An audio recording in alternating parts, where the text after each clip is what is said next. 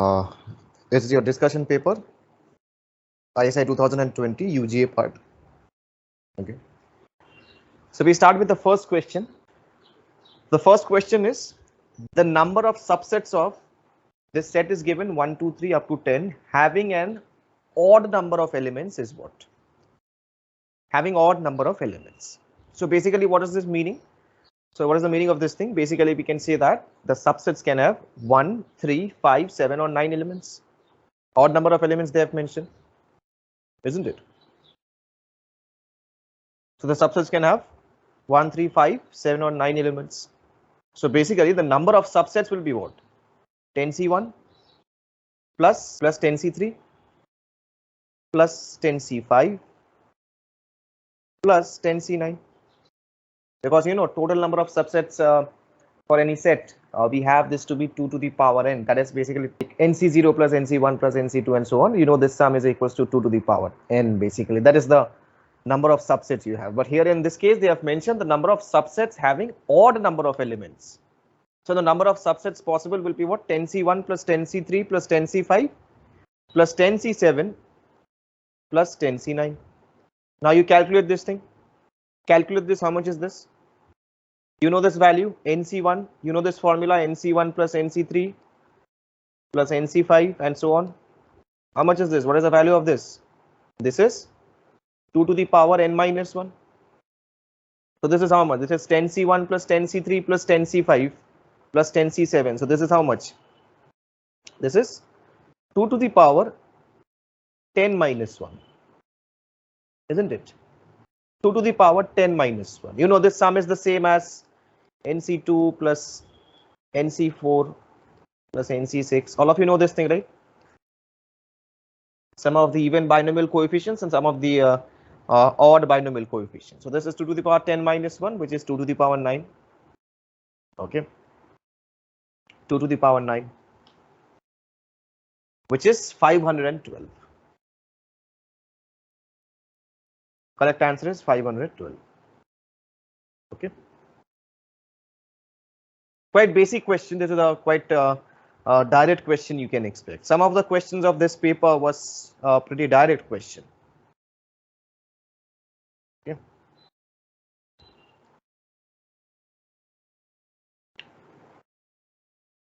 Okay, now we have this question. For the function on the real line R given by this fx is mod x plus 1 plus e to the power x, which of the following is true? Okay, so we have to match with these options. Now this is a quite a JEE level problem. That too a very easy one. Okay, this is given in ISI, but this is a very easy problem. You have done these type of problems quite a few times in your test also, in your class also. Fx is mod x plus mod x plus 1 plus e to the power x. This is the function given. So it is differentiable everywhere, except these points or this point or this point. So we have to verify this thing. Okay. Now gradually this function is continuous. All of you know this thing. Mod function is continuous. This is also continuous. Mod x plus 1. All modulus functions are continuous function. Okay. And e to the power x, this is also a continuous function. Okay. Now what I have is actually over here mod x is continuous, but it is not differentiable. It is not differentiable at x is equals to 0.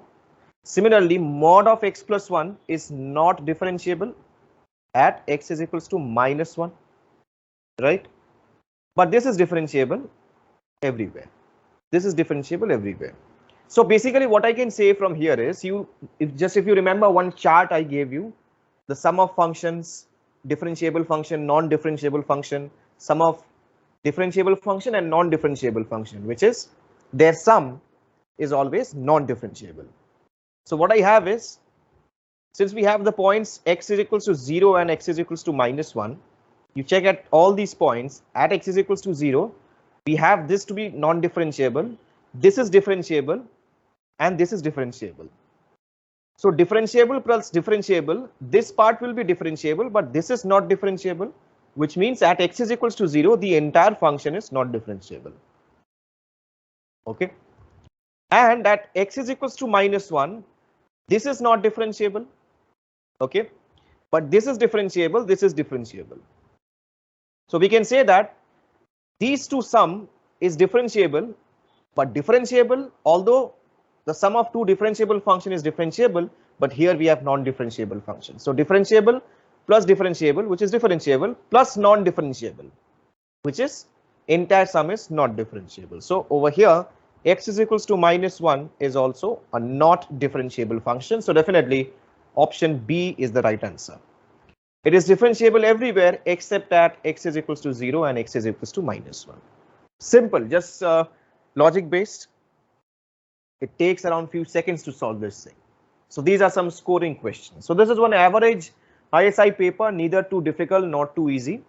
This is an average ISI paper. In fact, some questions are very easy, observation based. Okay.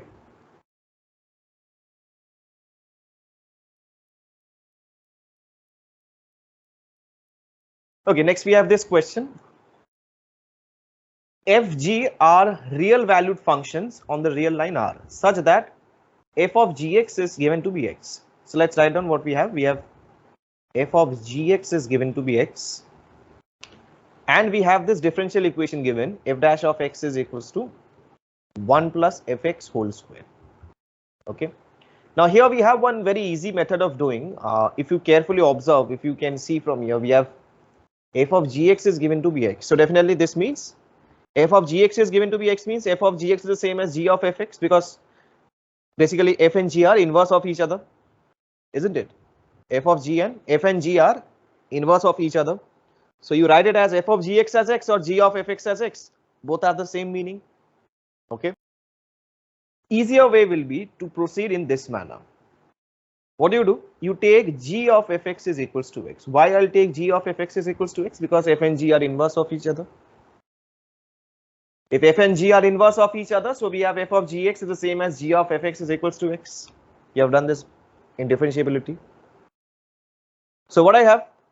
We have g dash. Now if you differentiate, we have g dash of f of x into f dash of x. Comparatively, this is easier to handle. You can see what we need actually. We need g dash of f of x, isn't it? G dash of f of x means actually we need g dash of x actually. So g dash of f of x is 1 upon f dash of x. Now f dash of x, we already have the information about f dash of x. You can see from here.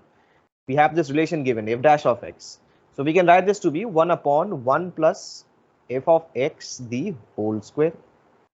So we have g dash of fx is equals to 1 plus 1 upon 1 plus f of x the whole square. So we are getting some simplified relation from here. So we have fx over here, we have fx over here. So in the place of fx, I can simply replace by x because they are asking for g dash of x. So in the place of fx, if I replace by x, so we have 1 upon 1 plus x square.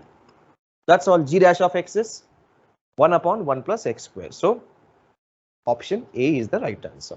Chalo, next one. The number of real solutions of e to the power x is equals to sin x. The number of real solutions of this equation they're asking for. So simple, graphically you will solve. I have told you how to solve these type of equations. Real solutions they have asked, e to the power x and sin x. Draw the graph of these two functions. So I have already drawn the graph over here. This is the graph of sin x. This brown graph, this is the graph of y is equals to sin x. All of you know this thing. And this blue graph is the graph of y is equals to e to the power x. You construct the graph of these two functions and see whether where at each points they are intersecting or not. Okay. So you'll find that over here as the graph, like this is the graph of e to the power x basically. This will continue up to e to the power, like this will continue up to plus infinity over here. Obviously this is plus infinity means, this means you put x tends to infinity, this is e to the power infinity, this continues up to infinity. And as x tends to minus infinity, we have e to the power minus infinity means basically this tends to 0. So as this curve becomes very close to the x-axis, this will tend towards 0. This will tend to touch the x-axis basically. Okay, this will tend to touch the x-axis and this will continue basically. Okay, and this will meet the x-axis at infinity maybe. Okay, so basically this means this will tend to touch the x-axis, and this is the graph of y is equals to sin x. This will also continue. So here you can see that we have 1, 2, 3, 4, 5, 6. Likewise, there are many other such points of intersection of these two graphs. So we can say that there are infinitely many solutions. There are infinitely many solutions to this. Clear? Simple question. There are infinitely many solutions. Okay, so this is a question of integration actually, Riemann integral rather. You have to find the limit of this summation sigma k is equals to 1 to n e to the power minus k by n upon n. We have this format of integration, or this format of summation of series by integration by definite integrals. We call this summation of series by definite integrals. What I have in case of summation of series, we have, if this format is there, summation or sigma r is equals to 1 to n 1 by n f of r by n. If any of this format is given, in the place of r we have k over here, so we have k by n over here. A function of r by n must be there. This particular sigma is solved by integration 0 to 1 f of x dx. In the place of r by n, we have f of x dx. This sigma is now replaced by integration 0 to 1 f of r by n, or rather r by n is replaced by x, 1 by n is replaced by dx over here. Okay, detailed explanation I'll do in the integration class. So here we call this to be summation of series. That's how we solve this series. So what I have in the place of r, we have k in this case. So we have sigma k is equals to 1 to n 1 by n e to the power minus k by n. In fact, this 1 by n can be taken outside the sigma also, because this 1 by n is n which is independent of r. Okay, n is not dependent on r. Okay, so we can take out this outside the sigma. In fact, this form can be also written in this manner: 1 by n sigma r is equals to 1 to n f of r by n. This way also this can be written. In some questions, they will directly give in this formula, like this is too easy. And in some problems, you might also have to, some series will be given. You have to represent this in terms of function of r by n with the help of the sigma sign. So we have sigma k is equals to 1 to n 1 by n e to the power minus k by n. So as I said, over here we'll replace this sigma by integration 0 to 1. Okay, f of r by n, in the place of f of r by n, we have e to the power minus k by n, which is a function of k by n. Function of k by n basically. So we have e to the power minus x. As I said, you're replacing r by n by x. So simple replace k by n by x. And here we have outside 1 by n, which means this is dx. Now solve this. Pretty simple integration. So this is how much? So this is minus e to the power minus x. Now solve this definite integral. So we have minus e to the power minus 1 minus e to the power 0, which is 1. So we have minus 1 by e minus 1, and if you multiply with this minus, so we have 1 minus 1 upon e, or 1 minus e to the power minus 1. So we have this option C is the right answer. So 1 minus e to the power minus 1.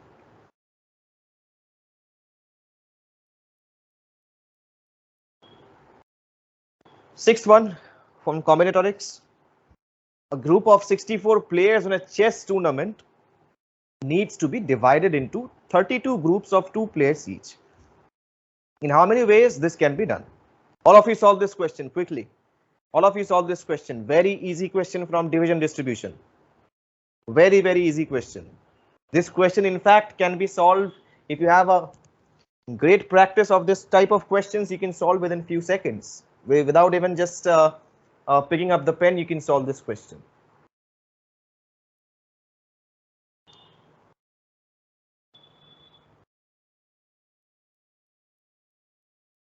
Correct. A is the right answer. Very easy question. of division distribution. So total 64 players are there. 64 players are there. Okay, they need to be divided into 32 groups of equal sizes. Size 2, 32 groups of equal sizes. This continues. Okay, total 32 groups are there. 32 groups of equal size, 2, 2, 2 each. Size of each group is 2. So what is the required number of ways? Number of ways of division. Number of ways of division. Basic division distribution. What I do? Total how many? Total we have 64 factorial. Total size of the group we have 64. Okay. And now we are dividing into 32 groups of equal sizes, which means whatever is the number of groups, that factorial, if you remember the number of groups, that factorial, which means 2 factorial, we have 32 groups, right? So we have 32 times 2. So 2 into 2, 2 factorial into 2 factorial into 2 factorial and so on up to 2 factorial up to 32 times basically, right? 32 times. Then what else? Multiplied by 32 factorial. Why 32 factorial? Because 32 groups of equal size are repeating. 32 groups are repeating. So we have 32 factorial. So basically this is 64 factorial upon 2 factorial whole to the power 32 multiplied by 32 factorial, which means which one? Option A is the right answer. So if you have the observation power to visualize this thing, you can even solve this without picking up the pen only. 64 factorial definitely will be in the numerator upon 2 times 2 into 2 into 2 means 2 factorial into 2 factorial into 2 factorial up to 32 times into 32 factorial. If you have the observation power, you can directly solve this. This is a question from division distribution.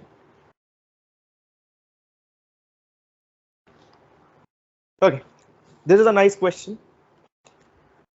The integral part of summation n is equals to 2 to 1999. Oh, sorry, 9,999 upon square root n equals what? So basically for integral parts, definitely I have to create some inequalities kind of thing to derive to the conclusion basically. What I do? Let's take one very basic inequality for this one. We have this inequality. We have square root of n is there, right? Square root of n. So square root of n is obviously less than square root of n plus 1, isn't it? And it is greater than square root of n minus 1.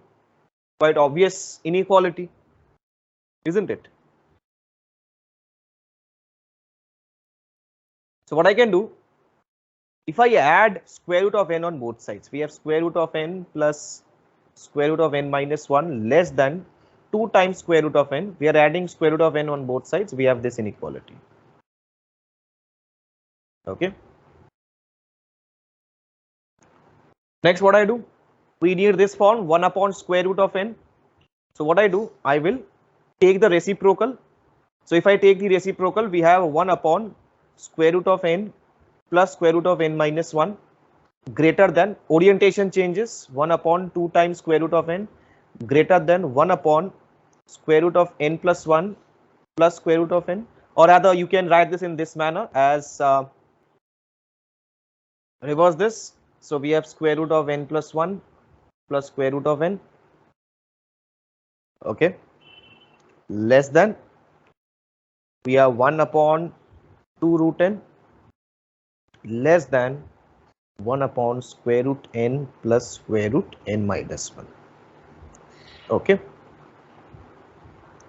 Now what I do, this seems to be one very common type of identity we have. We can multiply with the conjugate and rationalize.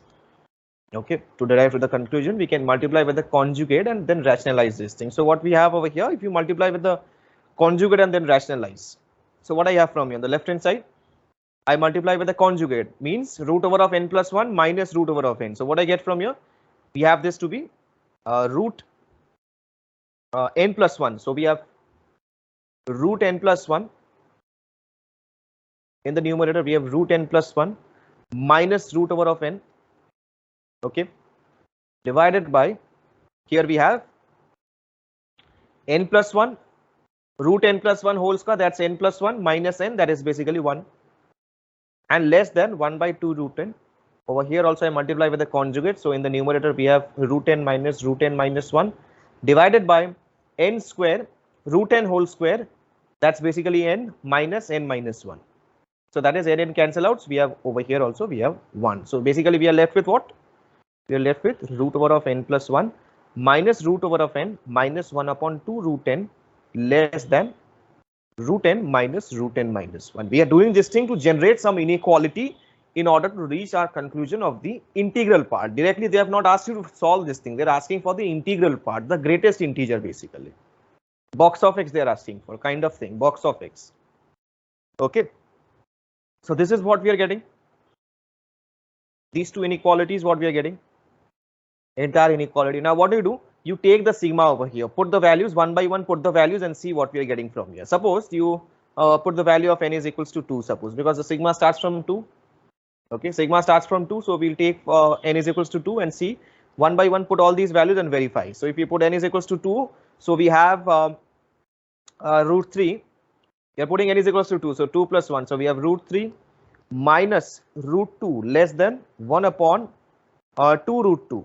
1 upon 2 root 2 less than, here we have root 2 minus 1. Okay. Then we have you're putting n is equals to 3, suppose. Basically you are taking the sigma. I am breaking the sigma and I am elaborating and simply I'm writing this in a more elaborate manner. Basically by putting all these values, we are going to see some simplifications over here as well. N is equals to 3 you're putting. You put n is equals to 3. So what I get from here, we have square root 4 minus square root 3 is less than 1 upon 2 root 3 less than, here I'll get root 3 minus root 2. Similarly, I'll do it over here. You put n is equals to 4. What I get from here, we have root 5 minus root 4 is less than 1 upon 2 root 4. Let this be root 4. Don't write 2 over here. Let this be root 4 less than square root of 4 minus square root of 4 minus 1, that is basically 3. That's what we are having initially. Now what do? And like this will continue. This will continue. This will continue. So at the end we have what? The end limit goes up to this thing 9,999. So this is square root 9,999 plus 1, that is basically 10,000. So 10,000 minus square root 9,999 is less than 1 upon 2 root of 9,999 and less than, this is square root 9,999 minus square root 9,998, n minus 1, so that's 9,998. Okay, so if you add all these, can you see for the sigma, basically sigma means what? You're adding all these, right? So if you add all these, can you see the cancellations over here? We have square root 3 getting cancelled off. So like this is basically a telescoping series getting generated. Square root 3 cancel out. Similarly, square root 4 and square root 4 will get cancelled out. Okay, here also can you see square root 2 gets cancelled out. Square root 3 gets cancelled out, and so on. All the terms will get cancelled out. Similarly, minus square root of 9,999, this will also get cancelled out. Okay, similarly we have square root 9,998, this will also get cancelled out. So ultimately what are we left with? If you add all of them, for the sigma part I'm saying, if you add all of them, what are we left with finally? This term is remaining, all these terms will get cancelled out, this term is remaining and this term is remaining, means square root 10,000 minus square root 2 will be remaining, less than sigma, I'll write this in sigma now because we are adding all these, right? The middle ones, 1 by 2 root 2 plus 1 by 2 root 3, okay, plus 1 by 2 into root 4 and so on. So that's same as 1 by 2 into 1 by 2 into sigma n is equals to 229999 1 by root n, okay, and this is less than square root 9999 minus square root 9998. So what is the meaning of this thing? We have square root 10,000. Square root 10,000 means 100, okay, and you do one thing, multiply with 2 over here, right? If you multiply with 2 on 2 with this inequality on the three sides of this inequality, why I'll multiply with 2? Because we need this integral part of this sum. Here in the front we have half, here we have in the front 1/2 is there, so basically you multiply 2, so this is 2 times 100 minus root 2, okay, and this is less than sigma n is equals to 229999 1 by root n, and this is less than 2 times square root 9999 minus square root 9998. Now you have to calculate this value and find out the integer part of this, the integer lying between this thing, integral part, basically integral part of this quantity, because this quantity we have got, this sigma is only this one, okay, so this is lying in between this interval. So can you tell me the decimal part of this thing? 2 times 100 minus root 2 and 2 times square root 9999 minus square root 9998, 197.17 something, 197.17 something, okay, and this is less than this sigma, and you tell me what is this value. 2 times square root 9999, you have to simplify this and tell me.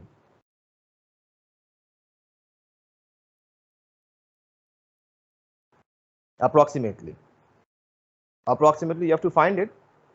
This is approximately 197.99. basically the greatest integer part or the integral part, basically they are asking for. This is lying between, this entire quantity is lying in between 197.17 and 197.98. so definitely, so 197 will be the integral part, basically in between this integral part they are asking for, the 197 only will be the integral part.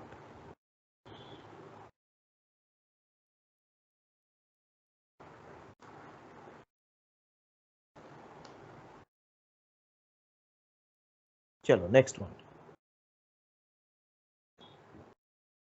This is a nice question, conceptual one. It says n be the number of subsets of 1, 2 and so on. This is a set is given 1 to n that do not contain any two consecutive numbers. That do not contain any two consecutive numbers. How will you do this? Which do not contains any two consecutive numbers. We have this an given. For instance, if I take this, because an is the number of subsets of this thing. For instance, an is 1, 2, 3 and so on up to n. Okay. So if I say if n belongs to an, if n belongs to an, then definitely an cannot have n minus 1. We'll take two cases, one for which we have n belongs to an and another case will be where n does not belongs to an. If n belongs to an, then definitely n cannot take n minus 1. An cannot have n minus 1, basically. Two consecutive numbers are not allowed. Okay. An cannot have n minus 1. So the subsets, basically, the subsets needs to be selected from the remaining n minus 2 elements. The remaining n minus 2 elements, except these two, basically. So we have n minus 2. So the remaining n minus 2 numbers. So the number of ways, the number of subsets will be what? The number of subsets for this one will be an minus 2. And similarly, if n does not belongs to an, basically, okay, if n is not there in an, so definitely n minus 1 can be there. Okay. then basically the number of subsets have to be chosen in between all these integers, all these numbers, basically all these numbers, the remaining n minus 1 numbers. If n does not belongs to n, then the numbers can be chosen from the remaining numbers, the remaining n minus 1 numbers. So basically, for this case, we have a n minus 1. The number of subsets will be a n minus 1. Okay. So since we are creating cases, so definitely total number of ways will be what? The total number of ways means a n basically. A n be the number of subsets, right? So total number of ways, a n will be what? A n will be, simply add these two cases. You are adding two cases, a n minus 1 and a n minus 2, which means option A will be the right answer. Option A.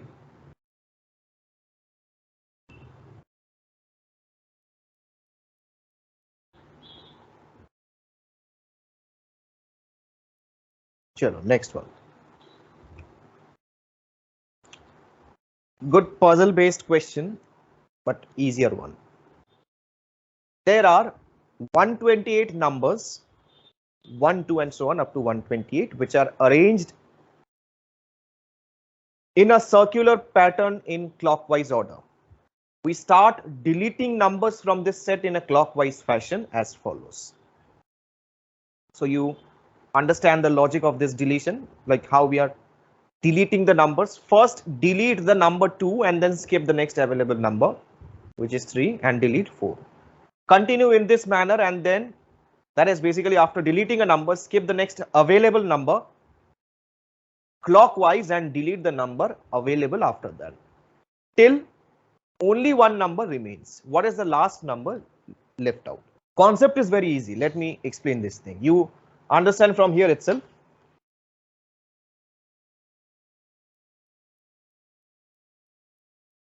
Suppose, for instance, you consider this logic only because 128 is there, right?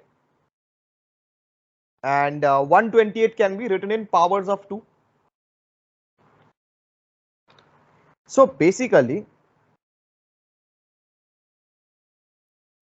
the thing which I was saying, if you understand all powers, you extend this concept to powers of, in case of powers of 2, it's a puzzle basically, very famous puzzle. In case of powers of 2, last number which is left out will be always B1. Understand the concept? You consider the same concept, same thing, same algorithm basically with 2 to the power n number of numbers. Okay. Consider this same algorithm for 2 to the power n numbers. What I have, you consider, for instance, you can also prove this by induction also, by taking n is equals to 1, then n is equals to 2, then for n is equals to k or n minus 1, you can also prove by induction. Let's see the pattern over here, you will understand. You see from here, for n is equals to 1, we have this circle, since in a clockwise manner they have said, for n is equals to 1 means we have 2 to the power 1, so that's 2 only, which means we have two numbers basically, we have 1 and 2. Okay. 128 numbers are there, means 1, 2, 3 and up to 128. So now we are considering two numbers, so only 1 and 2. In clockwise manner I have considered 1 and 2 in this manner. So what you do is, over here we start deleting numbers from the set in a clockwise fashion. Okay. So first delete number 2. Now after number 2, definitely if you delete number 2, you are left with number 1 only in this case. So we have number 1, the last number which is left out, which is 1. Now suppose you consider, like you can prove by induction also. Now I'll show you one pattern over here which is getting generated. Suppose you consider for n is equals to 2, suppose you're considering. For n is equals to 2, you'll have 4. So total 4 numbers, you take out 4 numbers, 1, 2, 3 and 4 like this. Okay. Now you start deleting the numbers. In this fashion you have to delete. It's mentioned. First delete number 2. Delete number 2. Then skip the next available number, which is 3. So you skip this one and delete 4. Continue in this manner, that is after deleting a number, skip the next available number. Then if you delete, so in the first attempt you are deleting 2, then skipping 3, then deleting 4. In the second attempt, you are deleting 3, In the next, there is no number, so definitely the last number which is left out is once again 1. Because you are starting deleting from number 2. Similarly, for instance, you consider for, so total for now 2 cube I am saying, for n is equals to 3 means 2 cube. 2 cube means total 8 numbers, 1, 2, 3, 4, 5, 6, 7, 8 we are taking. Now you start deleting from 2. Deleting this one, then definitely skip the next one, you have to delete this one, then delete this one, skip the next one, delete this one, then delete this one. In this fashion you have to continue. After deleting a number, skip the next available number clockwise and delete the number available after that. Similarly, in the next attempt, what we do? We start deleting number 3. Okay. So definitely that this cannot be deleted because the next number cannot be deleted. Next you have 5. 5 is left out now. This is gone. This is deleted. So 5 is left out. So if 5 is left out, you cannot delete this, which means after 3 you have to delete 7. Clear? Similarly, after this, in the third attempt, I will delete this one. Now after deleting this, we are left with only one number, which is 1 again. So likewise for 120 numbers also, you will find that after deleting this one, this will be answer will be remaining to be 1. So the last number which will be left out is 1.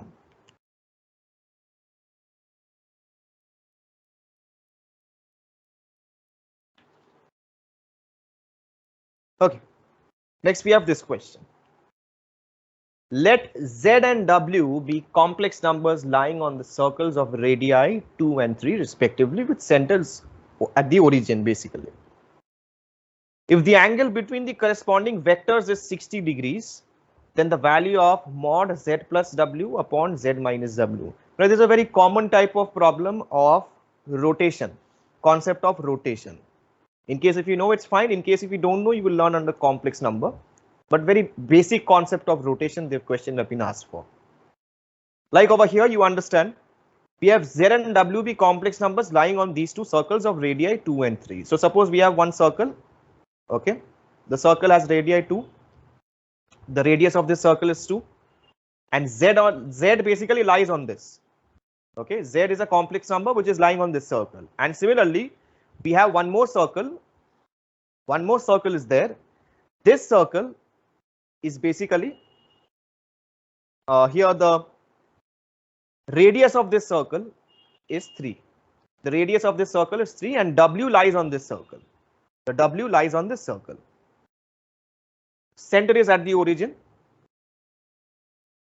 If the angle between the corresponding vectors is 60 degrees, if the angle between the corresponding vectors is 60 degrees, angle between them is 60 degrees, okay, then the value of mod of Z plus W upon Z minus W. So what do? We have a relation from a rotation of vectors. We have W upon Z is given by mod W upon mod Z into e to the power I into angle between them, that is 60 degrees. 60 means pi by 3, I into pi by 3. Now we are going to solve this thing. W mod W by mod Z. This is the angle between them, pi by 3. So we have W by Z is given by mod W. Now what is mod W? Mod W is basically nothing but the radii of this thing, radius of this circle 2. This is given to be 2. And this is given to be 3. Basically mod Z means 3, basically radius of this circle is 3. Okay. And this is actually e to the power I pi by 3 is nothing but cos pi by 3 plus I sin pi by 3. Cos pi by 3 plus I sin pi by 3, which is basically 2 by 3. Cos pi by 3 is 1 by 2 plus I sin pi by 3, which is root 3 by 2. Sin 60 basically root 3 by 2. So what I get from here, W by Z is basically, if you multiply this thing, so what I get from here, 2 by 3 into half plus I root 3. Okay. This was 3 by 2. 3 by 2, sorry, not 2 by 3. This is W by Z. W by Z, so this is 3 by 2. Because W lies on this circle of radius 3. So we have 3 by mod W will be 3 and mod Z will be 2. So we have 3 by 2. Okay, so basically now if you multiply, so what I get from here, so we have 3 plus I 3 root 3 upon 4 from here. Now we have got this relation. After taking, we have to find out what is Z plus W and Z minus W. Okay, we have to find out what is Z plus W and Z minus W. Clear? So how will you find this? So here clearly directly we can see that we can use component or dividend. If you want to use component or dividend, if you if you want to use some other method of solving this thing, that is also allowed, but it is better to use component or dividend. You can see from here we can get W bar plus Z in the numerator and denominator will get W minus Z basically. Okay. So what I get from here, W plus Z upon W minus Z, and over here also what I do, I use component and dividend. We have this thing. So we have in the numerator we have 4 plus 3 plus I root 3, I 3 root 3. So we have 7 plus I 3 root 3 divided by, we have, so this is 3 plus I root 3 minus 4. 3 plus I root 3 minus 4, that is basically 3 minus 4 means minus 1 plus I 3 root 3. Clear? And then you take mod individually, or the entire mod basically. If you take mod, you'll get this thing. So find out what is the modulus of this complex number. So we have, how much is this? 7 square plus 3 root 3 whole square, right? 49 plus 27, how much is that? 76, square root 76 upon mod of W minus Z, that is basically minus 1. So we have square root minus 1 whole square plus 3 root 3 whole square, that's 27 plus 1, that is 28, square root 28. So square root 76 upon square root 28, square root 76 means basically 2 root 19, and square root 28 means 2 root 7. So 2 cancel out, we have square root 19 by 7.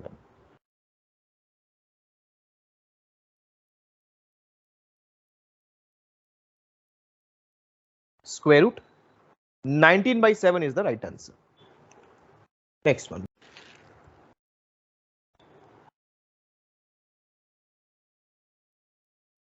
Okay, so we have this question to be, two vertices of a square lie on a circle of radius r and the other two vertices lie on a tangent to this circle. So here I have considered this circle and a tangent of this yellow color line is basically your tangent. Then the length of the side of the square is what? You can also consider the tangent in this manner, no problem. If you want to assume the tangent in this manner, then basically the square will be in this manner, something like this manner. Okay, so it depends like how you are assuming the tangent. Just for diagrammatical visualization, I have considered this tangent in this manner. So basically you have to find out, this is the tangent. Accordingly, I have drawn this diagram, and this is your square actually, because the square, the two vertices of the square lie on a circle. Okay, and the other two vertices lie on the tangent. So like this, I have drawn the square. You have to find the length of the side of the square. So suppose, let's see what we can get from here. This is our radius basically, this much you can understand, this is our radius. So as this thing, this is also a radius, isn't it? This is the radius. Suppose initially I consider the sides of the square to be A, suppose. Okay, I consider the sides of the square to be A. So definitely what I can say from here, if the entire side is A and this is your radius basically, I mean this is also your radius. Okay, so definitely if this is A, this entire length is A. Can you see this entire length is A? Okay, So initially, if this is A and this is your center, so gradually this much height is what? A by 2. This much height is what? A by 2. This is A by 2. Clear? This is A by 2. So if this is A by 2, means basically if I just give this a name to this triangle which is getting from the right angle triangle over here, we have the sides of this triangle. This is R actually. This is A by 2. And we know this much is also R. So definitely this much is, give this some name. This is O suppose, this is A and this is B suppose. Okay. So if OA we are getting A by 2. So what is OB? R. So what is AB? AB is A minus R basically. A minus R. If this entire length is A or this entire length is A basically, this much is R. So definitely what is this length? A minus R. So what I have actually, we have OA. OA is given to be A by 2. OB is given to be R. AB is given to be A. What I do?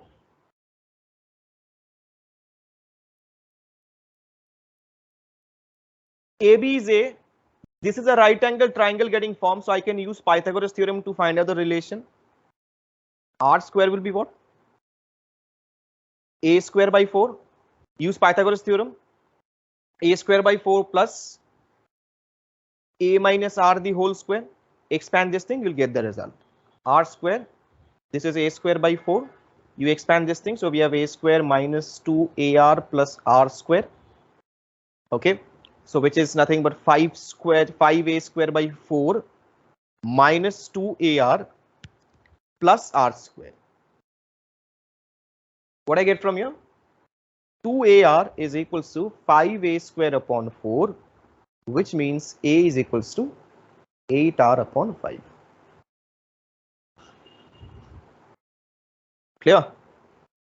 So A means what? A stands for the sides. Basically, that's what we have taken initially. So length of the side is 8R by 5. Okay. Chalo, next.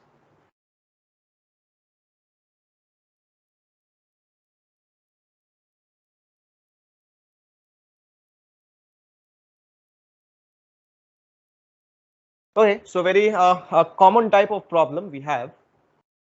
For a real number x, let box of x denote the greatest integer less than or equals to x, then the number of real solution of this equation. Number of real solution. So what I have mod of 2x minus box x is equals to 4. So I can say that 2x minus box x is equals to plus minus 4. So basically we'll have two cases accordingly. One case will be where 2x minus box of x is equals to 4, and another case will be 2x minus box of x is equals to minus 4. All of you know how to solve these type of questions. We have done quite a few times under functions. These type of questions. Only difference what they have given mod explicitly write this to be 2x minus box x is plus minus 4 and then break the cases and see. Okay. Accordingly, you have to create the cases and then see. Isn't it? Case 1 will be what? 2x minus box x is equals to 4. In case of these type of cases, what we do? We expand this. We bring this into two terms. Here we have x. Here we have box x. Write this x as box x plus fractional part of x. Okay. So this is box x. 2 times box x plus 2 times fractional part of x minus box of x is equals to 4. So we now solve for box x. Sorry, we now solve for fractional part of x because we know that fractional part function lies between 0 and 1. Right? So what I get from here? 2 box x minus box x, that's box x only. So we have fractional part of x to be 4 minus box x upon 2. This is fractional part of x basically. So we know that fractional part of x lies between 0 and 1. So we have 4 minus box x upon 2 lies between close interval 0 and open interval 1. Right? With this inequality, we have this to be. Now we are going to solve this inequality. We have by 2 multiply by 2. So we have 0 less than equals to 4 minus box x less than 2. We now solve this inequality, right? Solve for box x basically. So what I get from here? Subtract 4. So we have minus 4 less than equals to 4 minus 4. So that's basically minus box of x. And 2 minus 4. 2 minus 4 is minus 2. So we have this inequality. Now what do? You multiply with minus on all three sides. Okay. So orientation of this inequality will change simply. If you multiply with a minus, orientation changes. So we have 2 less than box x less than equals to 4 over here, right? So we have this orientation gets changed basically because of this multiplication with this minus. So what we have? Box x must be an integer quantity. So box x is lying between 2 and 4, not 0, 2 and 4. So what are the possibilities? Box x can be either 3 or box x can be equals to 4 because it's closed interval 4. So this can take the value 4. So we have box x 3 and box x 4. Now verify whether this is satisfying this equation or not, because fractional part of x should always lie between 0 and 1. So if box x is 3, how much is this? If box x is 3, we have this thing to be 3, right? So fractional part of x will be what? 4 minus 3, that is basically 1 by 2, isn't it? If box x is 3, this is 3, so 4 minus 3, 1 divided by 2, so box x is half, fractional part of x is half. And this is also satisfying because this is lying, half is lying between 0 and 1, open interval, close interval 0 and open interval 1. And fractional part of x is equals to 4 minus box x, 4 minus box x is 4. So the second part I'm saying box x is 4, 4 minus 4 by 2, 0. This is also satisfying. So both of these are solutions. Similarly, you solve for 2x minus box x is equals to minus 4. So we have this to be 2 box x plus 2 times fractional part of x minus box x is equals to 4, which means fractional part of x, here it is minus 4, not 4, minus 4. Fractional part of x will be what? Similarly, fractional part of x from here will be how much? Minus of box x plus 4 upon 2. This is your fractional part of x minus box x plus 2 upon 4, isn't it? I'm taking this minus common. After taking everything on the right hand side, I'm taking minus common. So we have minus box x plus 4 upon 2. So this quantity lies between 0 and 1 again. So you solve this again similarly. So what I have from here? So 0 less than equals to, we have 2 over here. So multiply with 2 on both sides. So we have 2 into 0, that's 0 only, minus box x plus 4 less than 2. So what I have from here? Minus 2. I will add plus. So add 4 over here. If you are adding 4, what I get from here? 4 less than equals to minus box of x less than 4 plus 2, 6. You're adding 4 because here we have minus 4, adding 4, isn't it? So now what we have? Minus box x, multiply with a minus, orientation will change.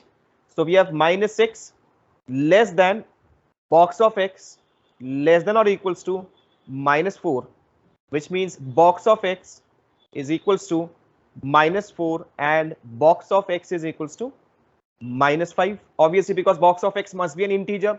So definitely it is lying between open interval minus 6 and close interval minus 4. So definitely box of x can be minus 4 and minus 5. So we have two solutions. Again, you will see there are two solutions from here, isn't it? Just if you put these values and see in the fractional part of x over here you will put this over here. Okay. Here you put these values. Box of x is minus 4 and box of x is minus 5. Put these values and verify. You'll get again two solutions. Clear? So comparatively, this is a much more easier problem. So what is the answer? Two solutions from here, two solutions from here, from case 2. So we have total 4 solutions. The number of real solutions is 4. After finding this, always put this over here in fractional part of x and verify that whether this is satisfying this fractional part function or not. We have done this type of problem quite a few times before also. You have to verify this thing, okay?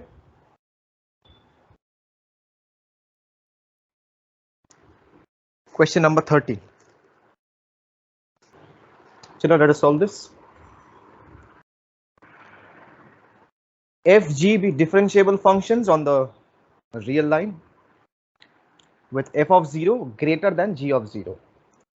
Assume that the set M is defined by the set T belongs to R such that f of t is equals to g of t, means it contains all the points of intersection of these two curves. Actually, f of t is equals to g of t means the points of intersection of these two curves, f of t and g of t.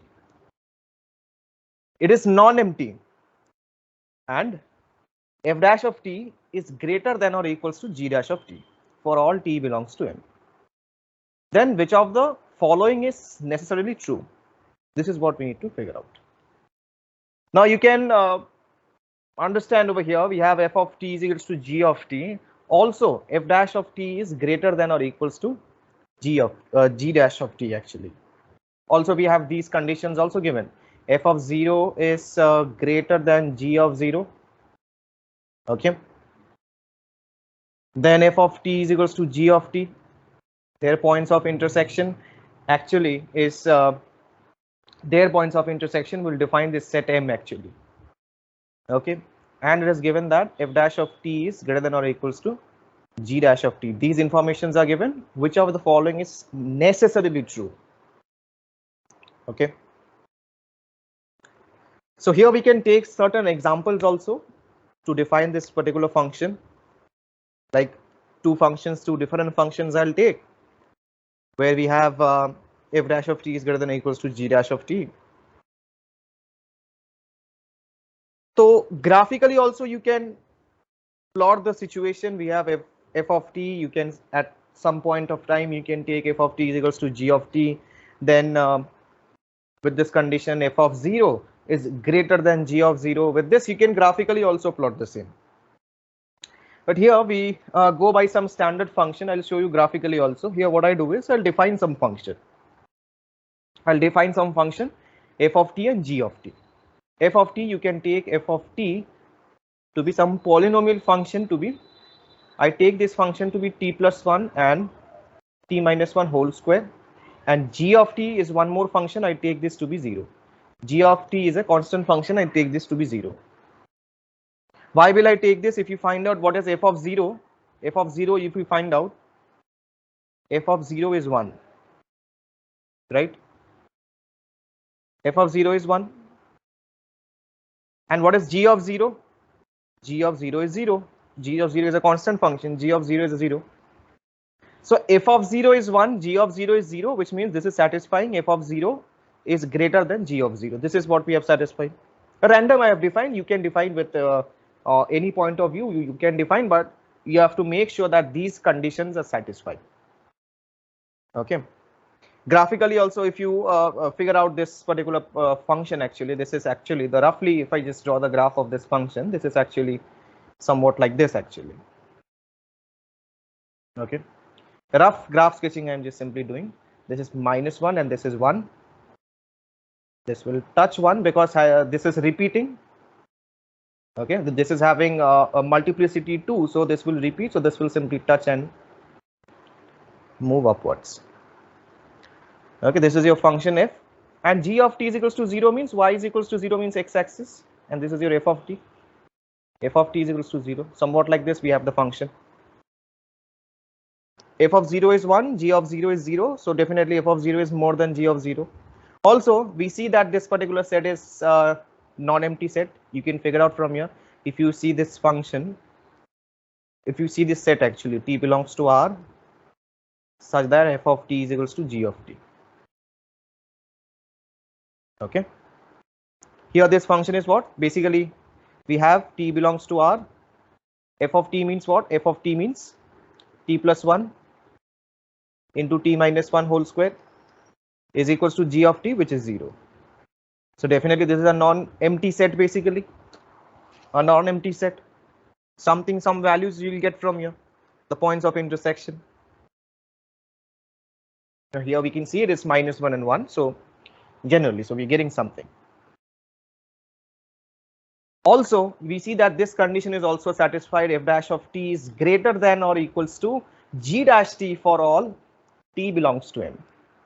Here graphically also we can figure out f dash of t is greater than or equals to g dash of t.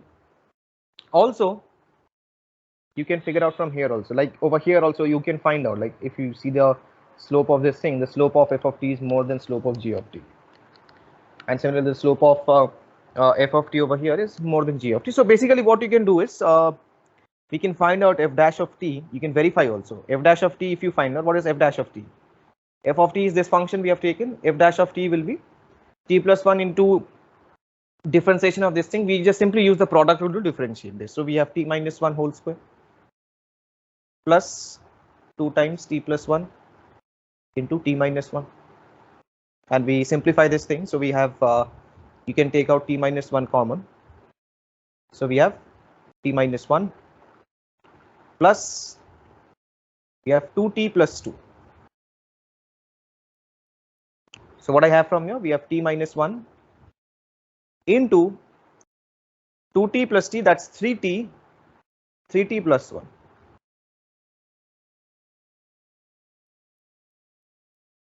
Okay, t minus 1 and 3t plus 1. What else we are having? G of t, g dash of t. Now g dash of t, g of t is itself 0. So definitely g dash of t is also 0. Okay. Now if you just figure out at the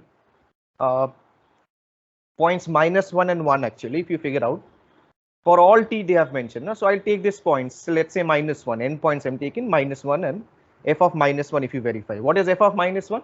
We have minus 1, minus 1. That's basically minus 2, and over here we have minus 3 plus 1. That is same as minus 2. So minus 2 into minus 2, which is 4, right? And what else we are having? Over here we have g dash of minus 1. What is g dash of minus 1? G dash of minus 1 will be what? 0 only. So here we are having this condition. We are having this condition that f dash of minus 1 is greater than g dash of minus 1. I'm writing it over here. We have f dash of minus 1 is greater than g dash of minus 1. This is also fine. Basically, this means we are getting f dash of similarly we can show for f dash of 1 and g dash of 1. F dash of 1 we can find out. What is f dash of 1? F dash of 1, you put 1 over here, we have 1 minus 1, this is 0, right? And g dash of 1, this is also 0. So f dash of 1 is equals to g dash of 1. Okay. So basically all these conditions are getting satisfied. You can see that f dash of t is greater than or equals to, either greater than or equals to g dash of t for all t belongs to M. Okay. This much we can all see clearly from the diagram, also from the graph also we can see this thing. F dash of t is greater than or equals to g dash of t. Clear? So now we can figure out what they are trying to say. Now come down to this part.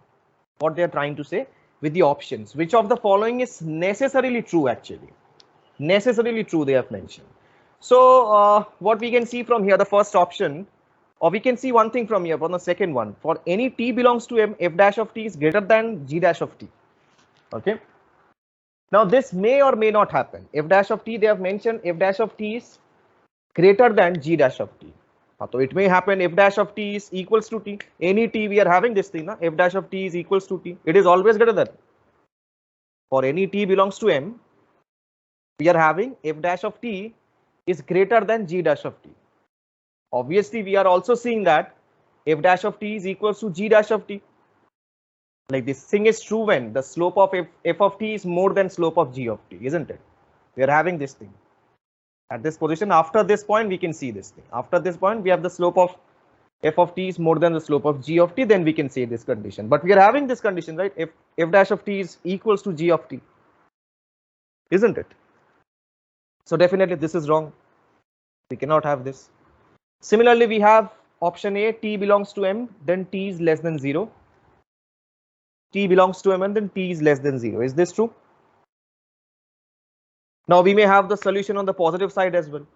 Who said that this is true? T is less than 0, they are saying. We may have the solution on the positive side as well over here, obviously. So for T belongs to M, T is less than 0. This is also not correct. Not always correct, actually. We may have on the positive side as well. Okay. And if T less than 0, you can figure out if T is less than 0, this may happen when T is less than 0. If T is less than 0, we can have f of t less than g of t over here. In this diagram, actually, if you figure out, this is your f of t, right? F of t, and this is your g of t, actually. When t is less than 0, we are having f of t less than g of t. Okay. Obviously, this option is wrong. Necessarily true what they have mentioned, so this is not necessarily true. Option C is left out. For any t does not belongs to M, f of t is greater than g of t. Is this correct? T does not belongs to M. Obviously not correct. If t is less than 0, I'm saying t is less than, t does not belongs to M means t is not from this particular set. Obviously not from this particular set M. So suppose we are considering t is equals to 0, suppose, or t is less than 0. For instance, I'm saying t is any value less than 0. If t is less than 0, which is not in the set, suppose f of t can be less than g of t also, isn't it? If t is very less than 0, f of t can be less than g of t also. Okay, so this option is also not necessarily correct. So D, none of the above, is the right answer. A very common type of problem we have.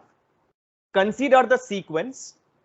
This sequence is given, obtained by writing 1 1, 2 2s, 3 3s, and so on, which means there is only 1 1, 2 is appearing 2 times, 3 is appearing 3 times, 4 is appearing 4 times. Very common type of book problem, actually. 5 is appearing 5 times. Okay, and so on. 6 will appear 6 times, 7 will appear 7 times. You have to find out the 2020th term, because the year was 2020th. You have to find out the 2020th term in this sequence. How will you find out this thing? The 2020th term. Observation, pure observation based. Pure observation. You find out where does 1 ends actually. 1 ends at 1 only. 1 ends with the first term only. Your first term, that is 1. 2, we have 1, 2, 2, which means 2 ends at the third term. Basically, 1 ends with 1. 2 ends with 1 plus 2, that is the third term. Right? You see over here, this 2 ends at the third term. 1, 2, 3. Here 2 ends, 3 starts from the next term. Similarly, 3 ends at 1 plus 2 plus 3. That is 6th term. You see from here. 1, 2, 3, 4, 5, 6. Here 3 ends, then 4 starts from the 7th term. Similarly, you will see 4 starts from 7th term. 1, 2, 3,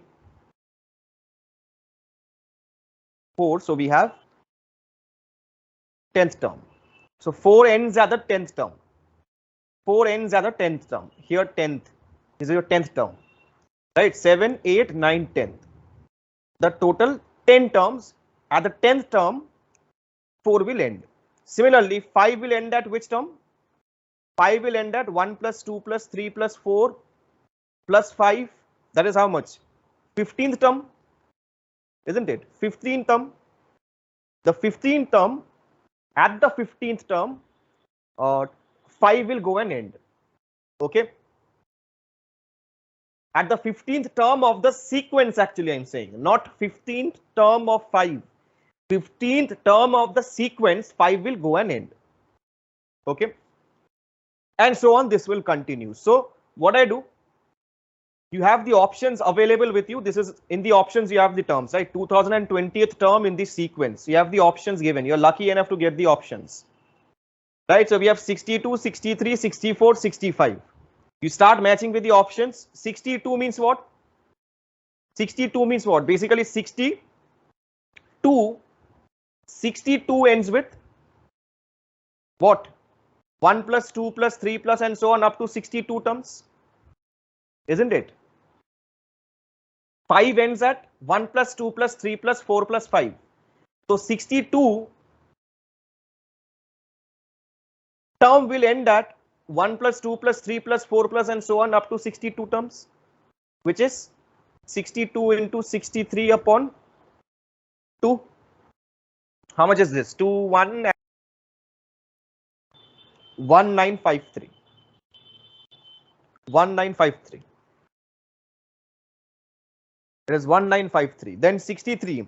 Now you see for this one, you have to reach the 2020th term actually, right? So basically 62 ends with 1900, money 62 ends at 1953 term. Okay.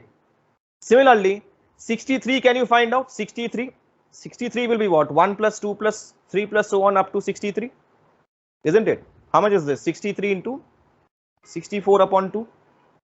So this is how much? 32 into 63. How much is this? 2016. 2016. So basically 63 ends at the 2016th term. 63 ends at the 2016th term. So basically, can you see we are going very close to 2020? So if you observe the sequence,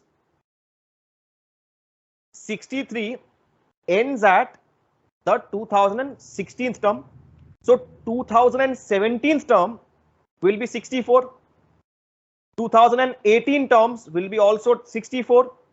2019 term will be also 64. 2020th term will be also 64. Because likewise you will have 64 such terms, isn't it? 64 will appear how many times? 64 times, isn't it? 64 will appear how many times? 64 times. So we have 64 over here, right? The 64th term, the 2020th term will definitely has to be 64. This is your 2020th term. Here this starts in this manner. This is 2016. Again, I am explaining 2016th term. Then that starts with 2017, 2018, 2019, and lastly we have the 2020th term. So we have option C is the right answer. Option C is 64. 2020th term has to be 64. Okay, so next we have this question. Okay, so we have this set. Set A is there. Set A has 50 elements and set B has 20 elements. We have to find the total number of functions such that f is onto under this condition f of x1 less than or equals to f of x2 and so on up to less than or equals to f of x50. So what I do? First we have these elements. We have set A actually. We are defining a function f such that a to b. Okay. So I write the set of all pre-images in this manner. It will be easier for us to identify also up to x50. And set B, we have y1, y2, y3 up to y20. We can write one more, let's say y19, over here x14, I suppose.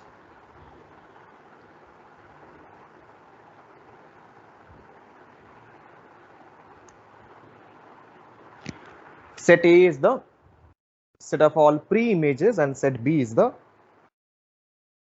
set of all images. Basically, we are defining a function over A to B. Now in mapping, we know that every pre-image has a unique image, right? Also here we have the function f to be onto function. It's mentioned it is an onto function. So basically what we have, the range of this f is the entire codomain set actually, isn't it? The range of this function is the entire codomain set. Or in other words, we can say that each image in B is associated with at least one pre-image in set A. Basic definition of onto function. Each image in B is associated with at least one pre-image in set A. Right? So now we have 50 pre-images and 20 images. So clearly the function is many to one function, not one. It is a many to one function. So now under this condition, f of x1 less than equals to f of x2 and so on less than equals to f of x50, we find the number of mappings. So what I do in this case, we form 20 non-empty groups from these 50 elements, maintaining the current order. Okay, so we are going to form 20 non-empty groups from these 50 elements. Now here we are taking some assumption that basically we are assuming that here y1 less than y2 less than and so on less than y20. This assumption we are taking, that is they are in the ascending order basically. Okay. So now basically I need to form 20 non-empty groups actually, right? 20 non-empty groups means, suppose for instance, if I take the first group is in this manner, if I take the first group, okay, the first group is assigned to the image y1, suppose. Let's say you will have some second group, so similarly this group is assigned to image y2 and so on, this will continue, and we have the last one, suppose if I take the last group is assigned to the last image actually, y20. Okay. So here we have 1-1 correspondence for these 20 non-empty groups of elements of set B actually. The question will arise, how many 20 non-empty groups can be there? This is the question. How many 20 non-empty groups can be there?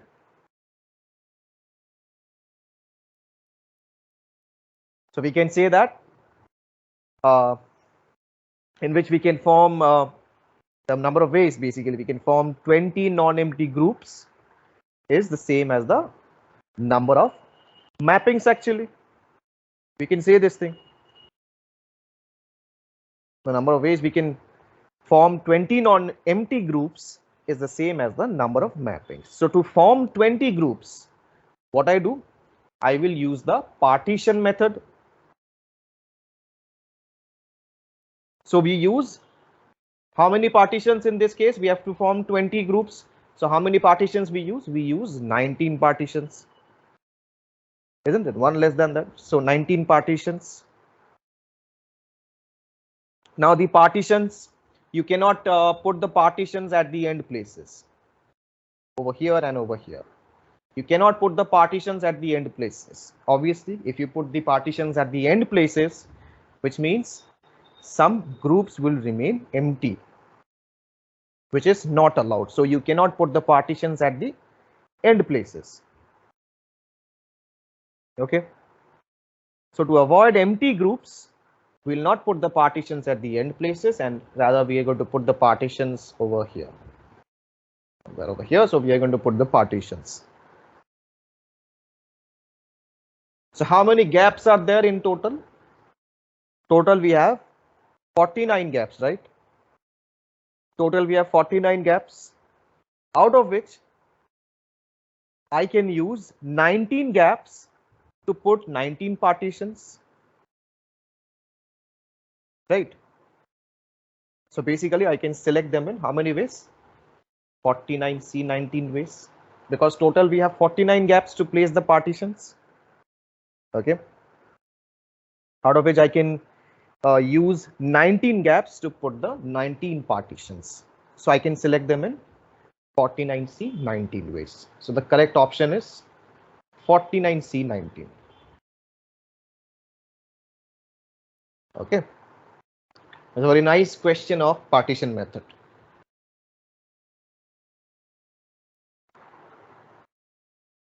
Chalo, next. The number of complex roots of this equation, complex roots of the polynomial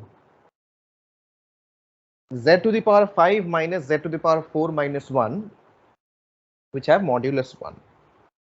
The modulus 1 is already mentioned. We have they are simply asked to find the number of complex roots of this polynomial. One thing we can do, a bit of manipulation we can simply do over here. We have z to the power 4. What I can do, I can write this as z to the power 4 into z minus 1. Take this one on the right hand side. We have this thing, and we take modulus on both sides. So we have z to the mod z to the power 4, and here we have mod z minus 1 is equals to 1. Or basically what I can do is, here mod of z is equals to 1 mentioned. So we can say that we have mod z is equals to 1 and mod of z minus 1 is equals to 1. We have this equation now. These two conditions are there. We have mod z is equals to 1 and mod z minus 1 is equals to 1. Okay.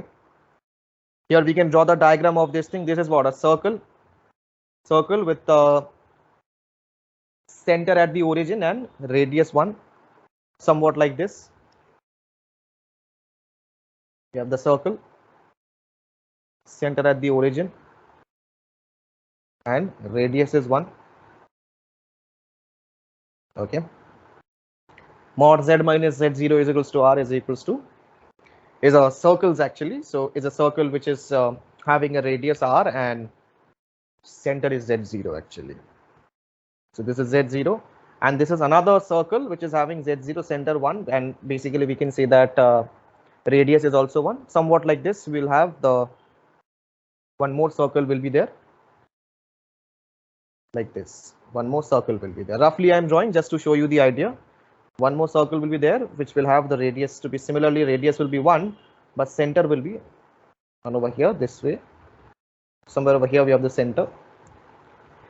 So here we can see that this circle is actually, the two diagrams are actually intersected in 2 points, isn't it? This will intersect twice in the Argand plane. This is the Argand plane we are drawing. So roughly I'm showing over here. So this will intersect twice in the Argand plane. So clearly the number of complex roots in this case will be 2.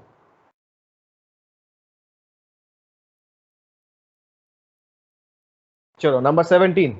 Very easy question. The number of real roots of the polynomial px is equals to, this polynomial is given, is what? Number of real roots. Already factorized for your convenience actually.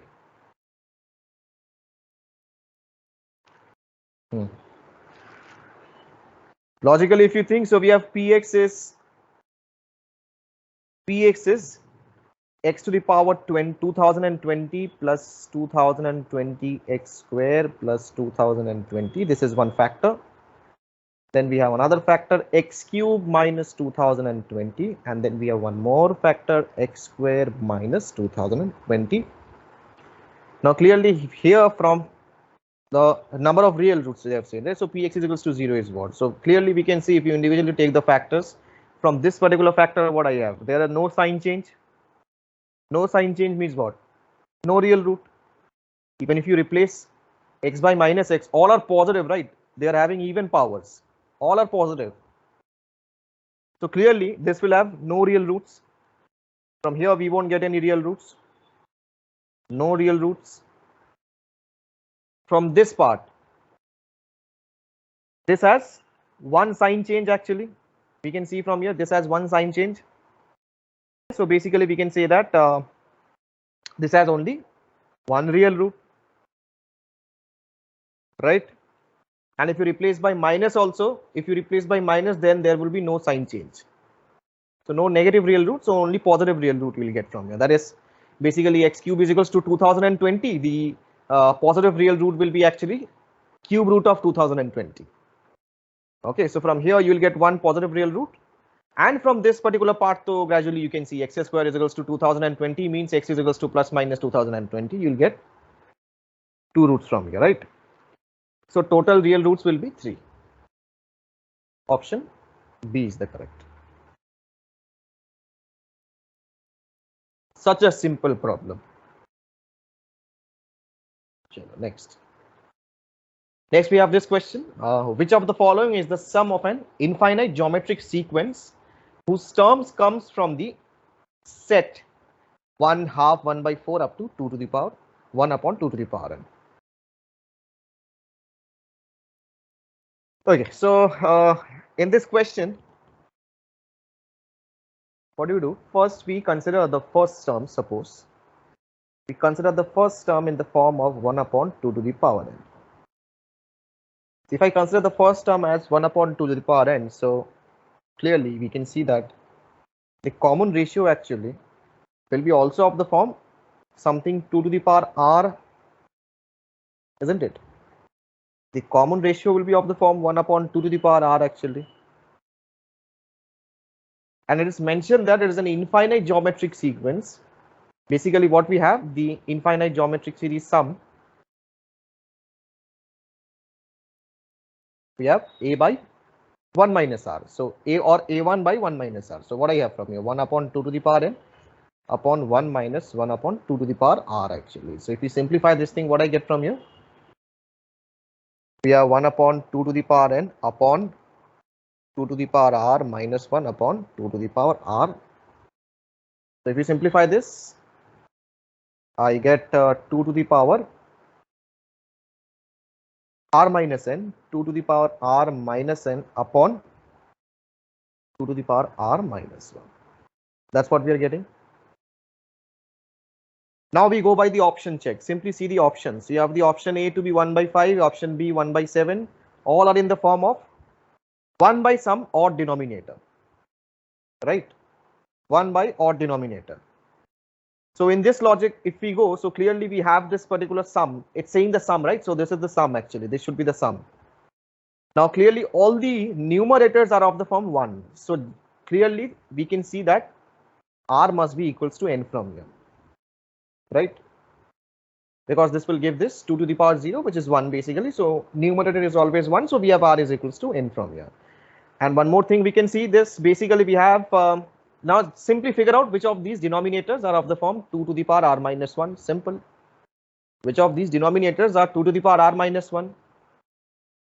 So gradually you can see that option B is the right answer, because 1 by 7 is there. 1 by 7 means 7 is of the form 2 to the power r minus 1, 2 cube minus 1, 8 minus 1, which is 7. So clearly B is the right answer. Okay, so we have the next one. If A, B, C are distinct odd natural numbers, then the number of rational roots of the polynomial ax square plus bx plus c is what? Number of rational roots. Now you remember the condition for rational roots I have mentioned in the class itself, that for rational roots, your discriminant must be perfect square. D must be perfect square, which means b square minus 4ac must be some perfect square. Let's say something k square, let's say. This must be perfect square. Okay, you have to find the number of rational roots of this polynomial ax square plus bx plus c.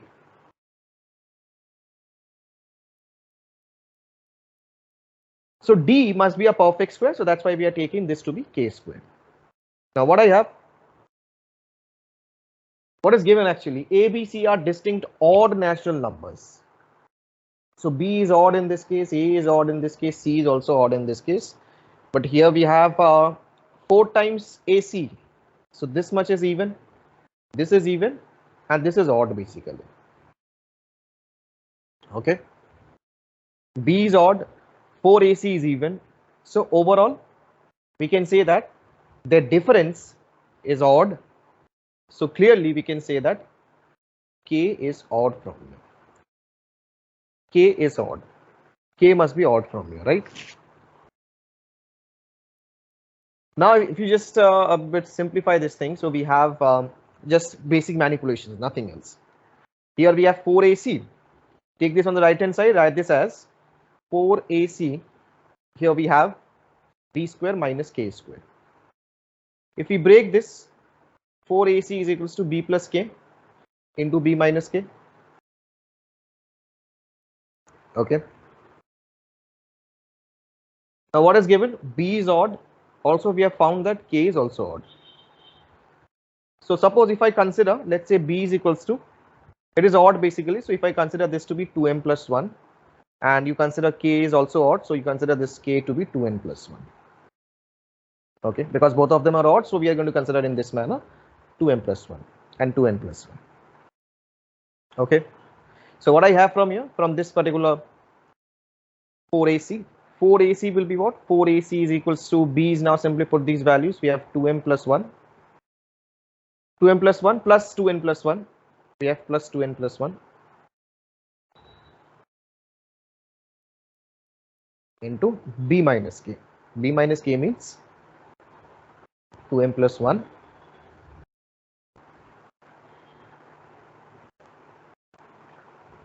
minus 2n minus 1. Means basically what we are having is, we are having 4AC is equals to, here we have 2m plus 2n plus 2 multiplied by 1 cancel out from here, we have 2m minus 10. Now here we have left hand side we have 4. Here we can take out 2. You can take out 2 from this factor. So generally we can see that 4 will get cancelled from both sides. Ultimately we are left with what? AC is equals to m plus n plus 1 multiplied by m minus n. Right? Clear? Now here we can figure out over here that m plus n plus 1 is given and m minus n is given. Now AC is what? We have A and C are distinct odd natural numbers. So clearly this is odd number. This is odd number. In fact, one thing we can see, if this is odd, suppose, if m minus n is odd, suppose, then what we have? If this is odd, we can clearly say that m plus n is also odd. This is also odd. But odd plus 1 will give this to be even. This part will become even. And even into odd will become even, which means odd is equals to even, which is not possible. In that case, we'll have no solution. Similarly, if I say we have AC is equals to m plus n plus 1 multiplied by m minus n. Once again, I'm saying if this is even now, for instance, we know left hand side is always odd. If suppose this is even, then this is also even.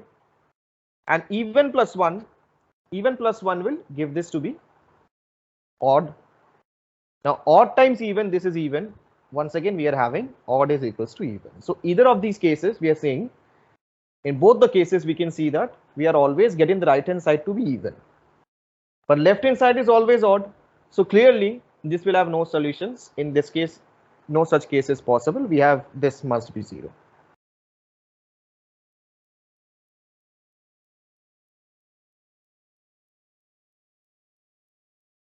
Okay, we have this question to be, let A, B, C be finite subsets of the plane such that A intersection B, B intersection C and C intersection A are all empty. So basically all these are empty sets. They have no common portions, common regions are not there. S is basically A union B union C. Assume that no 3 points of S are collinear and also assume that each A, B and C has at least 3 points. So which of the following statements is always true? How do we have the structure of the subsets? Actually, we have the structure to be in this manner. We have the subsets. Okay. Somewhat like this I'm showing. So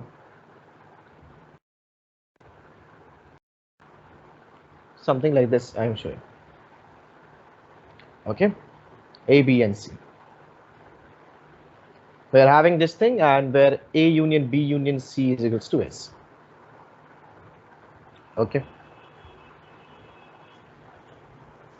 So what we can say from here?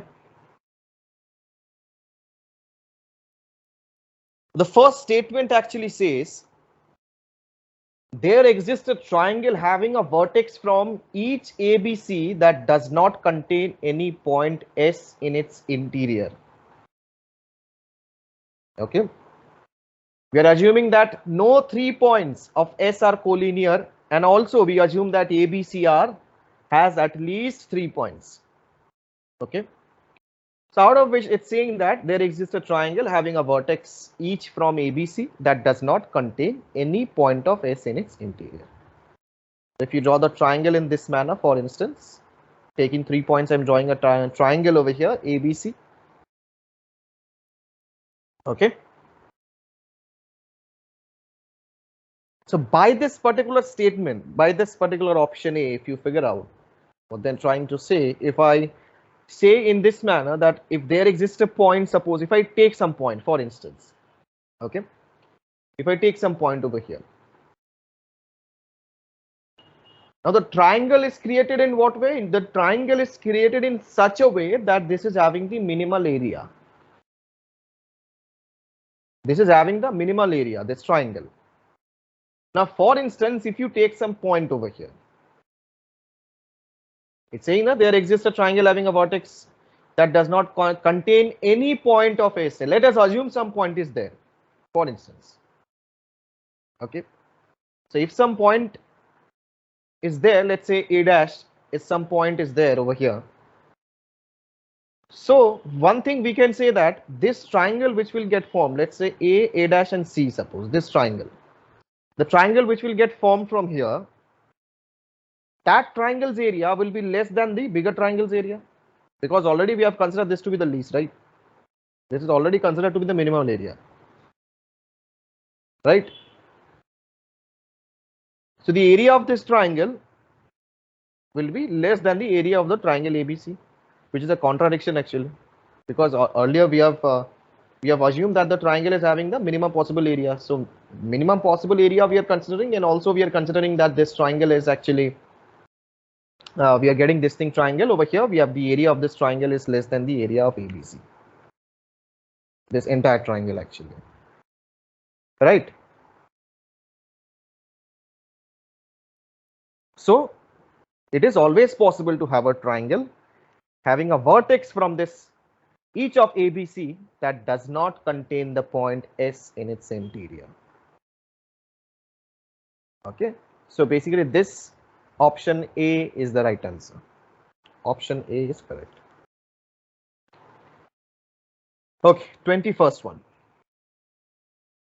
Shubhangi thinks she may be allergic to Bengal gram and takes a test that is known to give the following results. For people who really do have the allergy, the test says yes 90% of the times, and for people who do not have the allergy, the test says yes 15% of the time. If 2% of the population has the allergy and Shubhangi's test says yes, then the chances that Shubhangi does really have the allergy are what? Now this is a standard question of Bayes theorem. Now understand, suppose we consider the event actually where the test says yes. Suppose we denote this event by event A. Suppose A is what? A is the event that the test says yes.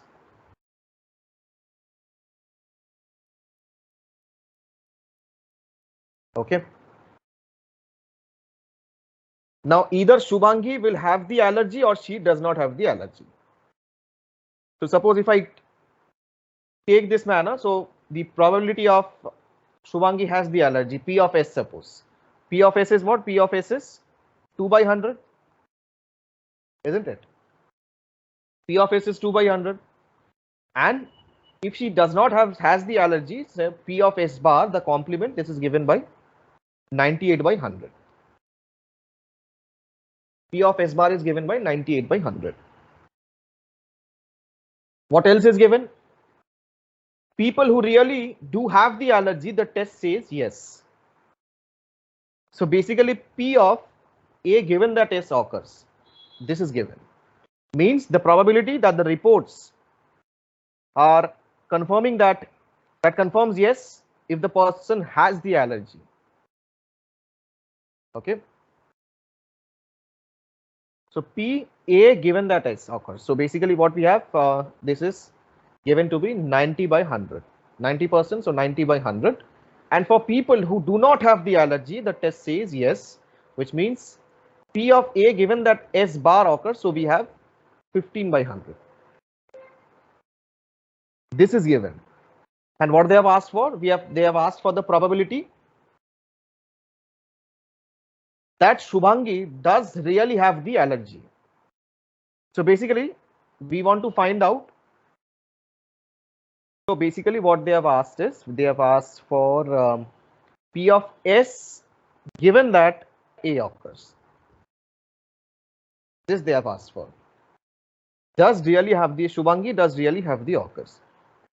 Like they have the she has the allergy basically. So we have P is given that A. So basically, what we have is, we have the formula. We use the Bayes theorem. This is given by P of S. So whatever is the numerator, like what they have asked in the numerator. So we have this in the numerator, P of S into P of A by S upon the total, actually, that is P of S into P of A by S, A given that S occurs, plus P of S bar and P of into P of A given that S occurs, S bar occurs. So what we have is, now simply put these values. This is called Bayes theorem.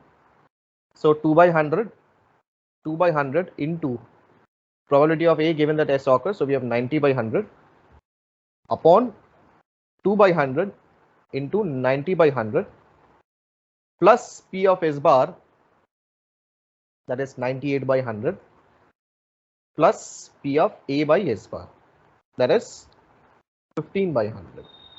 Now we are left just to simplify this thing. If you simplify this thing, you get the result to be option B. You simplify this, you'll get the result to be option B, 6 by 55. Basic calculations, you have to simplify and then you get the result. Okay, so what I have is, we have sine of tan inverse of x, and right hand side we have cot of sine inverse square root 13 by 7. Now what I have is, we can do one thing. We have sine inverse square root 13 by 7, square root 13 by square root 7 actually. So we can draw the triangle and we can verify. Here we have this sine inverse is there. Sine inverse means basically we have perpendicular by hypotenuse. So we have square root 13 and this is square root 17. So we have square root 13 and square root 17 actually. So what I have, so this one is what, this is 2, right? Square root 4 will come, that is 2. So basically we have this, we can say that this is, now cot inverse is what? Cot inverse is basically base by perpendicular, that is basically 2 by square root 13. So basically what I can say is, sine of tan inverse of x is basically cot of sine inverse base by perpendicular, that is 2 upon square root 13 cot inverse. So basically what I have is 2 by square root 13. So we have sine of tan inverse x is 2 by square root 13. Now this directly you can find out what is sine of tan inverse. If you remember the formula, this is x upon square root 1 plus x square, or you can verify this with the help of triangle diagram also. Like tan inverse is there, so that is basically perpendicular by base. So clearly this is 1 plus square root 1 plus x square. So this is, so to convert this to sine inverse, we have sine inverse perpendicular by hypotenuse. So x upon square root 1 plus x square, okay, is equals to 2 upon 13. Now you square both sides, we have x square, square both sides and cross multiply directly. So we have 13x square is equals to 4 plus 4x square. Okay, so if you simplify, this is 9x square is equals to 4, which means x square is equals to 4 by 9, which means x is equals to plus minus 2 by 3. So x is plus minus 2 by 3. Okay, now clearly negative sign will not bother. We will not take negative sign because over here the right hand side is positive, right? So if you take negative sign, this won't get balanced. So we have the right hand side positive. So obviously x is equals to 2 by 3 is the right answer. Very easy question.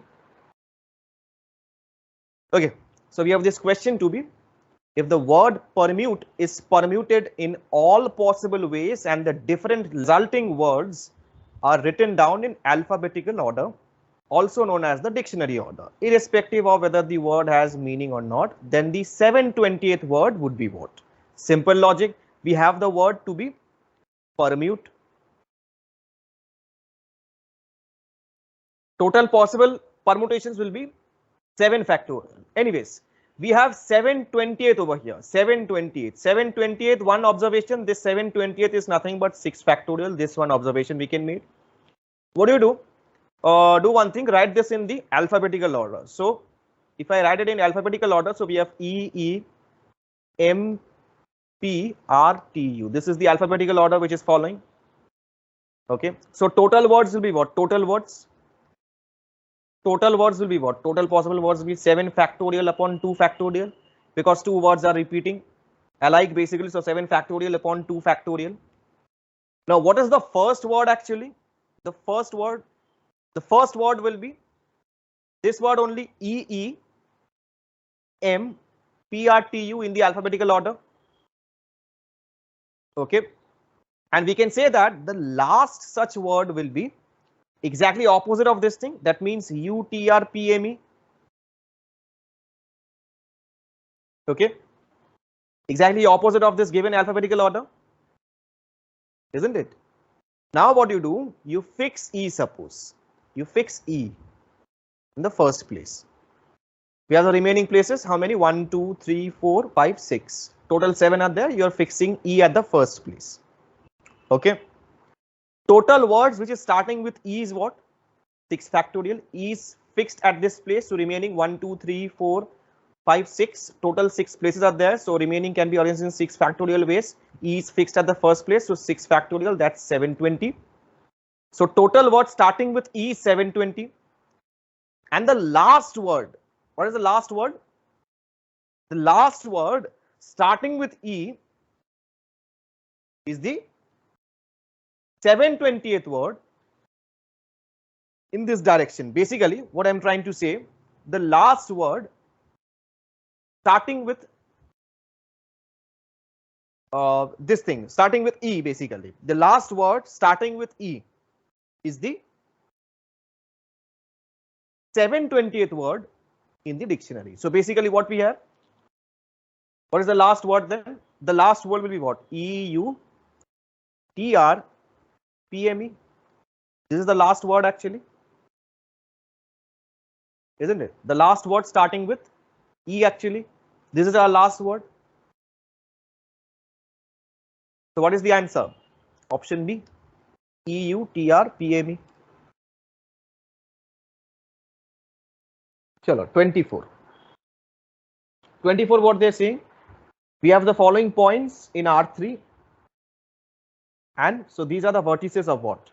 Rectangle which is not a square, rhombus, parallelogram which is not a rectangle, or trapezium which is not a parallelogram. Okay. What I do? Over here we have the following points. So clearly in R3 means we take these points on the plane, suppose. Okay.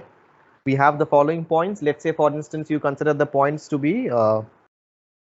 One thing we can see from here, all these Z coordinates are the same, right? All these Z coordinates are the same. Which means one thing we can say, if Z is equals to -1, this means, this clearly means that this lies on the plane Z is equals to -1. Okay. So now I can take these points actually. So we have one, let us take this point first, 1, 2, -1. We have 1, 2, -1. Okay. Then we have -1, -1, -1, -2, -1.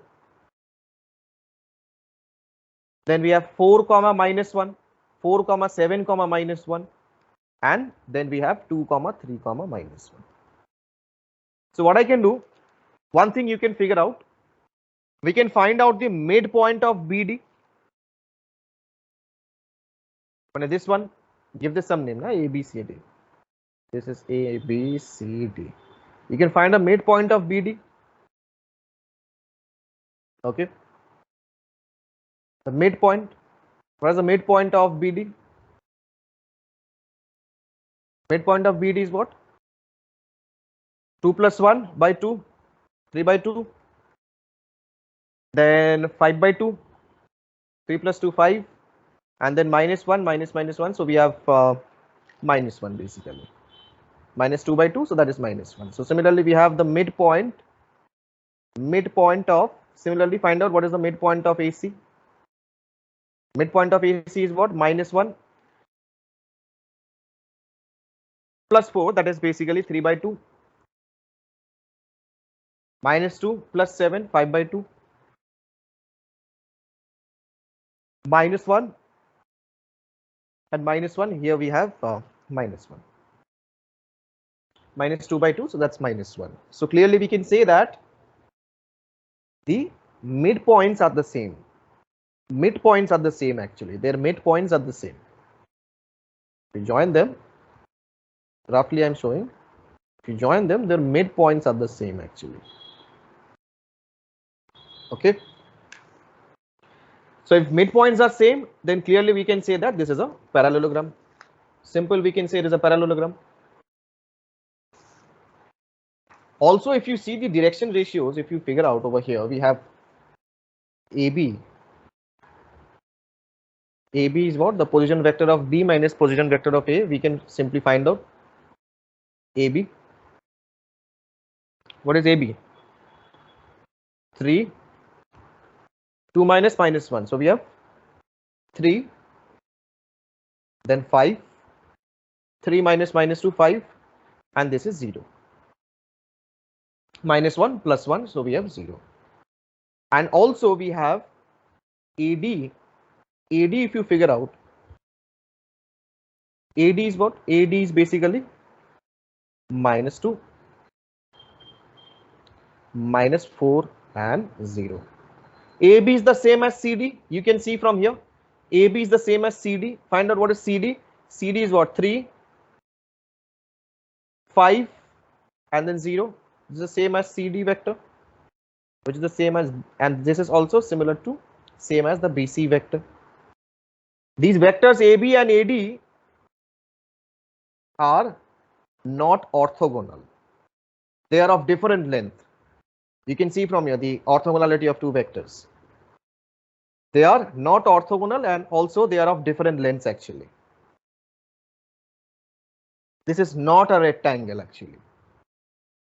Okay, you can check for the conditions also, like we have the conditions for the rectangle, A1, A2 something, the condition, you can check for that also. Also, these are not orthogonal and they are of different lengths. So basically we can say that it is a parallelogram which is not a rectangle. A parallelogram which is not a rectangle. C is the right answer. It is a parallelogram but not a rectangle. Chalo, next. Fx and gx be functions on the real line are such that both fx plus gx and fx into gx are differentiable. Which of the following is false? Which of the following is false? In capital they have mentioned. Most of the students have the tendency to not notice this word, what they have asked for. Which of the following is false?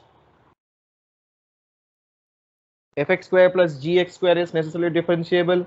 Fx is differentiable if and only if gx is differentiable. Fx and gx are necessarily continuous. What I do to counter this thing, we can do some, we can take some counter example. In fact, I'll show you one counter example. We have a very basic counter example. I'll take. We have, you define two functions. Fx you define to be one function. Fx is 1 when x is greater than or equals to 0 and 0 when x is less than 0. And gx is one more function you define 0 when x is greater than or equals to 0 and 1 when x is less than 0. Both of these functions are discontinuous at 0. Okay. But if you find out fx plus gx, branch wise, if you find out fx plus gx is what? When x is greater than or equals to 0, 1 plus 0, that's 1. And when x is less than 0, it is 0 plus 1, it is still 1. So fx plus gx is 1. Fx plus gx is a constant function, as the case may be. Fx plus gx is always constant function. It is differentiable. Also, fx into gx, if you find out, fx into gx is what? Fx into gx is 0, which is also differentiable. Both of these are differentiable. Okay. But f and g are discontinuous. So this condition we can see fx and gx are necessarily continuous. This is false actually. It may be discontinuous. We are seeing from here. It is discontinuous, but still fx plus gx is 1. It is differentiable. Fx into gx is also differentiable. Chalo, next we have this question. Let S be the set consisting of all those real numbers that can be written as P minus 2a, where P and A are the perimeter and area of the right angle triangle, having base length 1.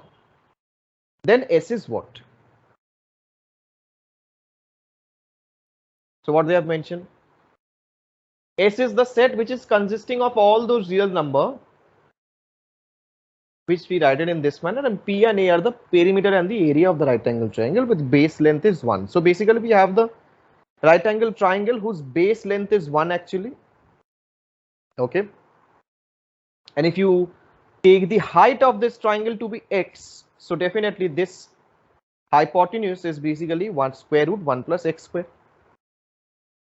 So we can find out the perimeter of this triangle. What is the perimeter? We can find out P from here, isn't it? We have to find out where does S lies actually. So P, we can find out P from here. What is P? P is basically 1 plus x plus square root of 1 plus x square, isn't it? We can also find out the area. What is the area? Area is basically half into base into height. Base is 1. Height is basically x. So area is x by 2. Now put in this value P minus 2a. What is P minus 2a?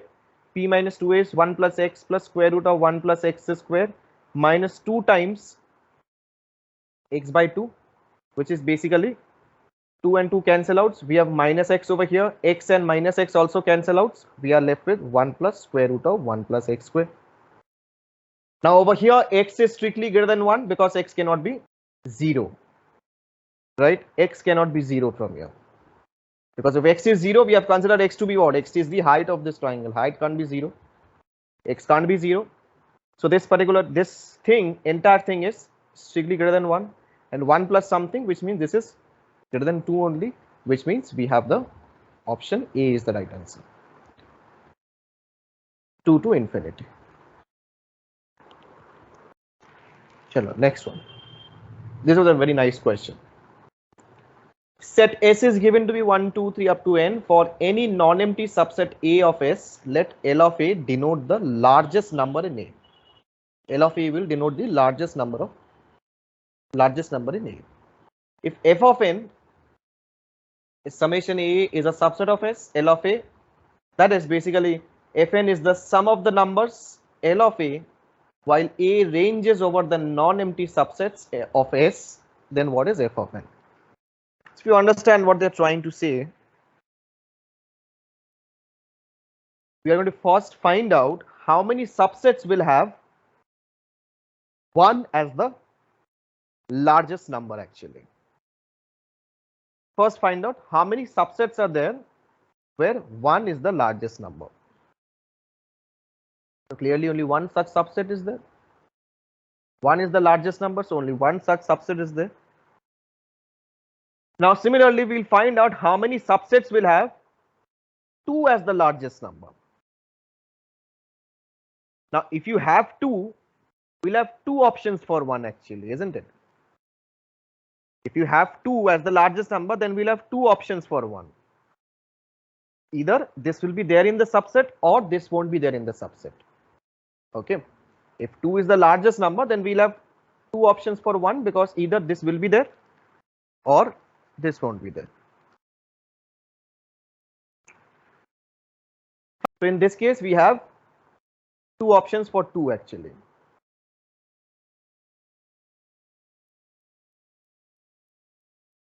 Similarly, for 3, if 3 is the largest number, then for each of these 1 and 2, we have 2 choices each. So basically this will be 2 square. So 4, this will have 2 cube, right? For 5, this will have 2 to the power 4 and so on. So for n, this will have 2 to the power n actually, n minus 1, sorry. We'll have n minus 1. What is the meaning of this thing? Basically, this means basically subset whose largest element is 1. 2 subsets are there, 2 square, 2 subsets are there whose largest elements are 2. 2 square subsets are there whose largest element is 3 and so on. So basically we can find out f of n. F of n is what? F of n will be 1 into 1 plus 2 into 2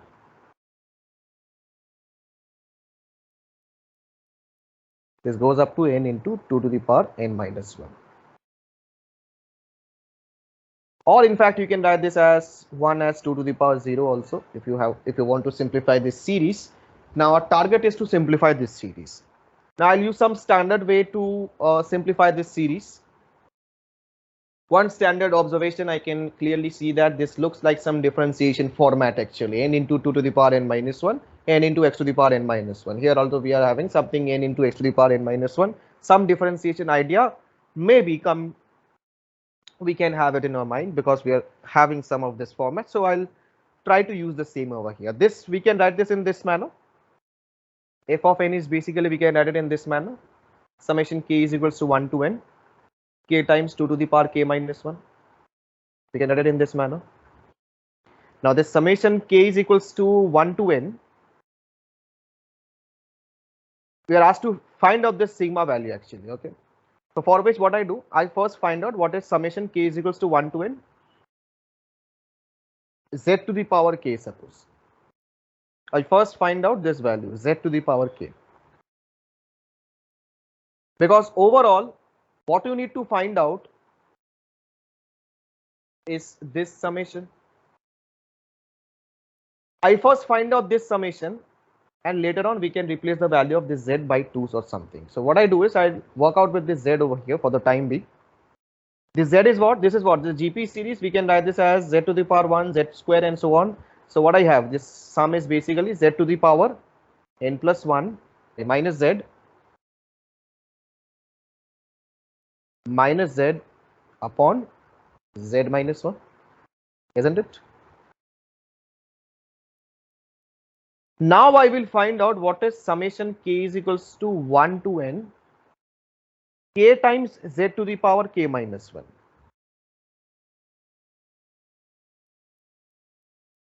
Similar format we are trying to bring. Later on I told you I'll replace the value of z by 2. If I bring this over here, one thing we can say that this is actually the differentiation. If you find out, this is the same as the differentiation of summation k is equals to 1 to n z to the power k. We can also write it in this manner. All the terms will get differentiated if you open this summation. It's the same thing. We have k times z to the power k minus 1. We can write it in this manner. And this much we know. This summation value we know. So we can, just now we have found out, this is basically this value.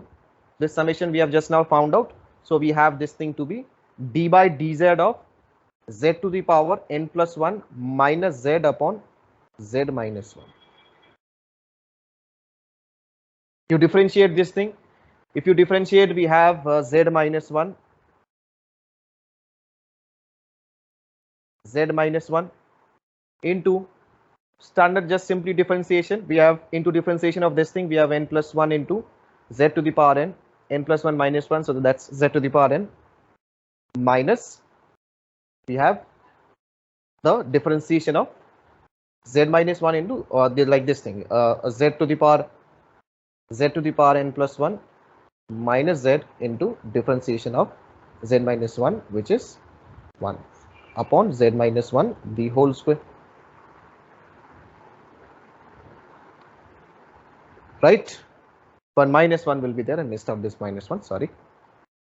I missed out this minus 1, right? Differentiation of this thing, n plus 1 into z to the power n plus 1 minus 1 and minus 1 over here. So 1 minus 1 will come over here if you differentiate this thing. So we have this thing. So what I have is z minus 1 times this thing minus z to the power n plus 1 minus z. One thing we can do, we can separate the terms over here. We can separate this thing. If you divide this individually, so we have n plus 1 into z to the power n minus 1 upon z minus 1 minus z to the power n plus 1 minus z upon z minus 1 whole square. We are having this thing after expanding this thing basically. Okay. Now what I do is, now you replace the value of, now we have simplified, now you replace the value of, because we need this series, right? Here we don't have z, we have 2 over here. Now we replace the value of z by 2 in this case. If you replace in this series, I am saying, if you replace z by 2, suppose, what I get from here? We have n plus 1 into 2 to the power n minus 1 upon 2 minus 1 minus 2 to the power n plus 1 minus 2 upon 2 minus 1, that is 2 minus 1 whole square. So basically what I have from here, we have 2 to the power n into n plus 1 minus 1 minus 2 to the power n plus 1 minus minus plus, we have 2 in this case. Now if you simplify, multiply and simplify, we get this to be 2 to the power n into n minus 1 plus 1. Option D will be correct.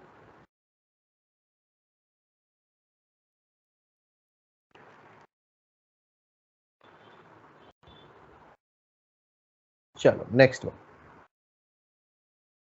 The area of the region in the plane r square given by the points xy satisfying mod of y is less than equals to 1 and x square plus y square is equals to less than or equals to 2 actually. Now x square plus y square less than equals to 2 means if you consider this, ignoring this inequality, actually we can consider this to be equality if you consider. So this is actually a circle whose radius is root 2 actually, isn't it?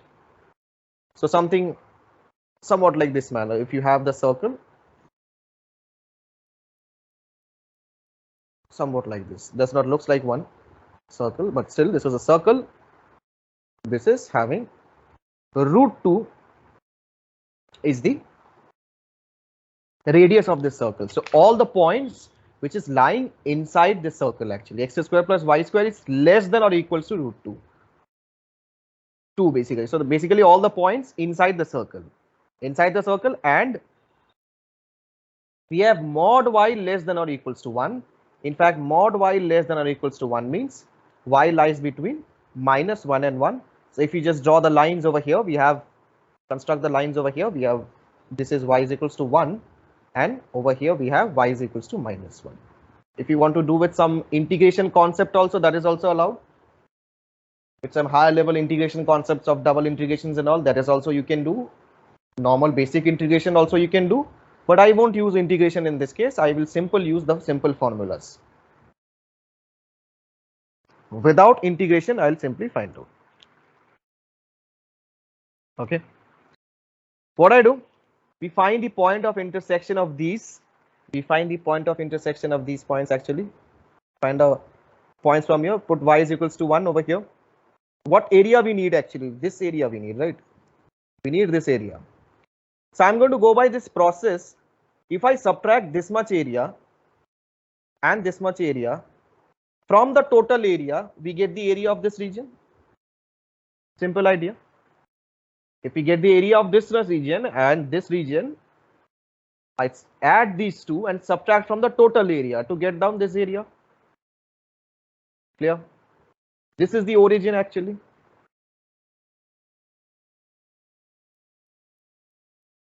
What are these points? We can figure out these points. What are these points? This is 1. Put y is equals to 1. If you put y is equals to 1, we have how much? This is x will be 1 only. This is 1 comma 1. So if this is 1 comma 1, so this is minus 1 comma 1. Isn't it? Clear? So if this is 1, so clearly this much distance, so this is a 45-degree angle this is having. This is a 45-degree angle, so as this one, this is having a 45-degree angle. This is also having a 45-degree angle. So basically what we can say is, this is 45 and total is 45, the total is 180. This is 45. So clearly this much will be 90. This much will be 90. This much angle will be 90 degrees. If this is 90 degrees, now your question is why we'll find this thing, find all these values actually. Why we find these values? We can find out this much area, in fact. We can find out this much area. Area between the segment of the circle. Area of the segment of a circle means area of this chord and this particular arc actually. The area of this segment, particular segment, you give this some name, let's say R1 suppose. We can find out the R1 from here if we know this theta actually. Okay. This is the area of the segment of a circle. If you remember something, the concept which you have learned in your junior classes, maybe this is the segment, suppose. This is the segment of a circle. This is theta and this is the radius. Okay. So the concept of segment of a circle, this is the segment. Okay. So the area of this segment of a circle means the area of the chord and the arc actually. So this segment is given by half into theta minus sine theta into r square actually, the radius square actually. So here we have the same logic. We know this theta. We know this theta. So basically we can find out, if we know this theta, so area is half times theta minus sine theta. Now here we don't have theta. Here we have theta to be 90 degrees.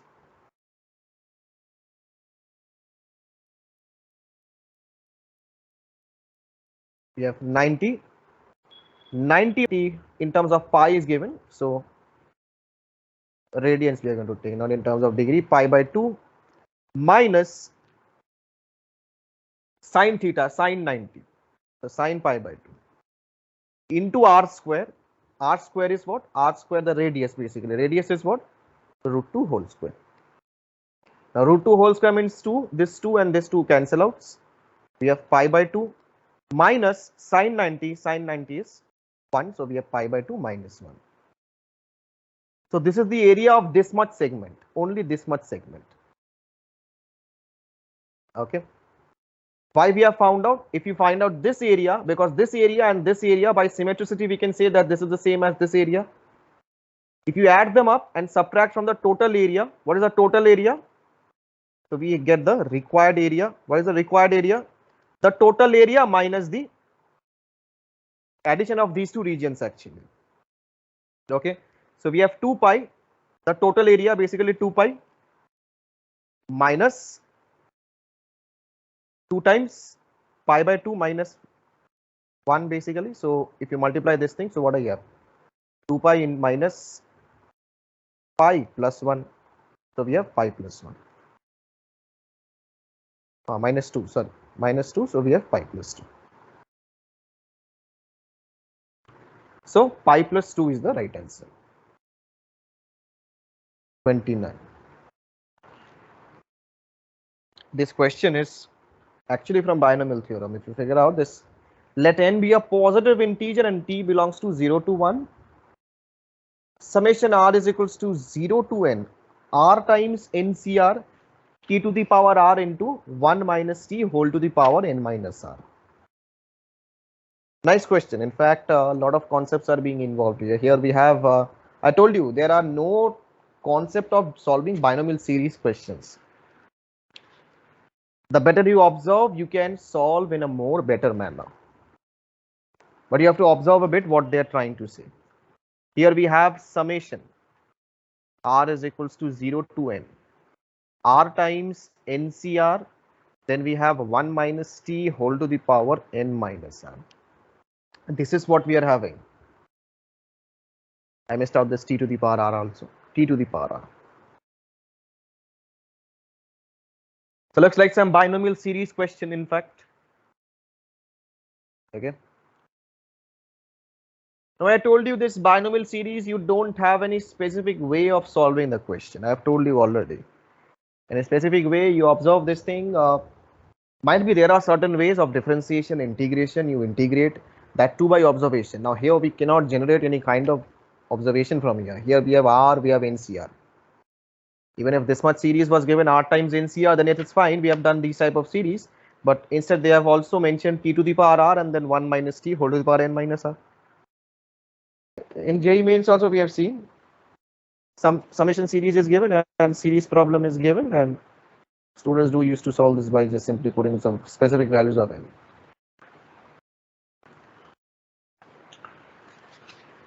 What I do, we consider the expansion of x plus y, because here we have r into NCR. You consider this expansion x plus y whole to the power n.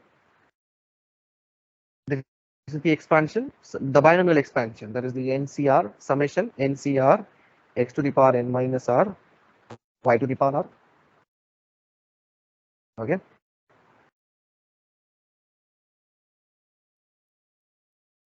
First, initially you can figure out one thing.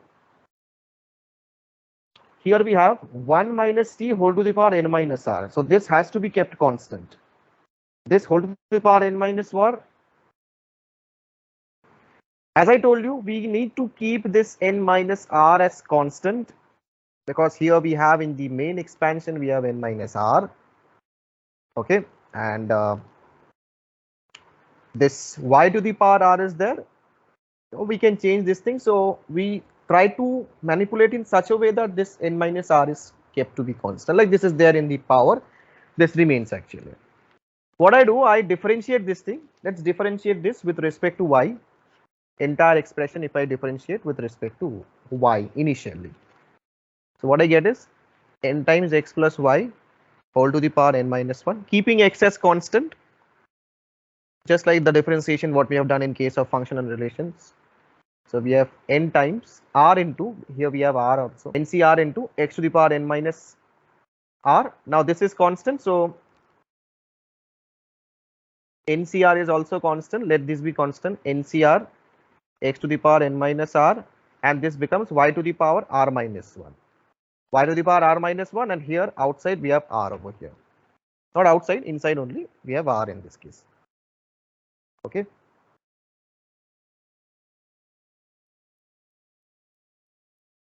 Clear? Now here we have the power is actually, here if you figure out, this power is what, t to the power r is there. Now here we are getting n minus r is there. Later on what we can do is we can replace the value of x by 1 minus t and y by t. But problem is here we have outside, so we are getting some r. We are getting some this format, but y is there, y power is r minus 1. So to make this r, what I can do is I can multiply with y on both sides. Like this becomes ny into x plus y whole to the power n minus 1 is equals to summation r into NCR x to the power n minus r. I can take this y inside because this is independent of this thing y. So we are just simply multiplying with y. So this becomes y to the power r. So that's why I'm making y. Now we can take the substitution actually. We can take this sigma goes from r is equals to 0 to n. Now we can take the substitution x is equals to t, right? No, y is equals to t. Take y is equals to t because t's power is r, and take x is equals to 1 minus t. We can take this substitution. Take y is equals to t and x is equals to 1 minus t. Okay. So then this will be done. If you take y is equals to t, then this will become n times t into 1 minus t plus t to the power n minus 1, and this is summation r is equals to 0 to n r into NCR, and this is x is what, 1 minus t whole to the power n minus r, and this is t to the power r, so this is t to the power r in this case. Y is t, so we have t to the power r. So now if you simplify this thing, so this cancel out, 1 to the power n minus 1, left hand side we are left with only nt, nt is this. We have brought this sigma.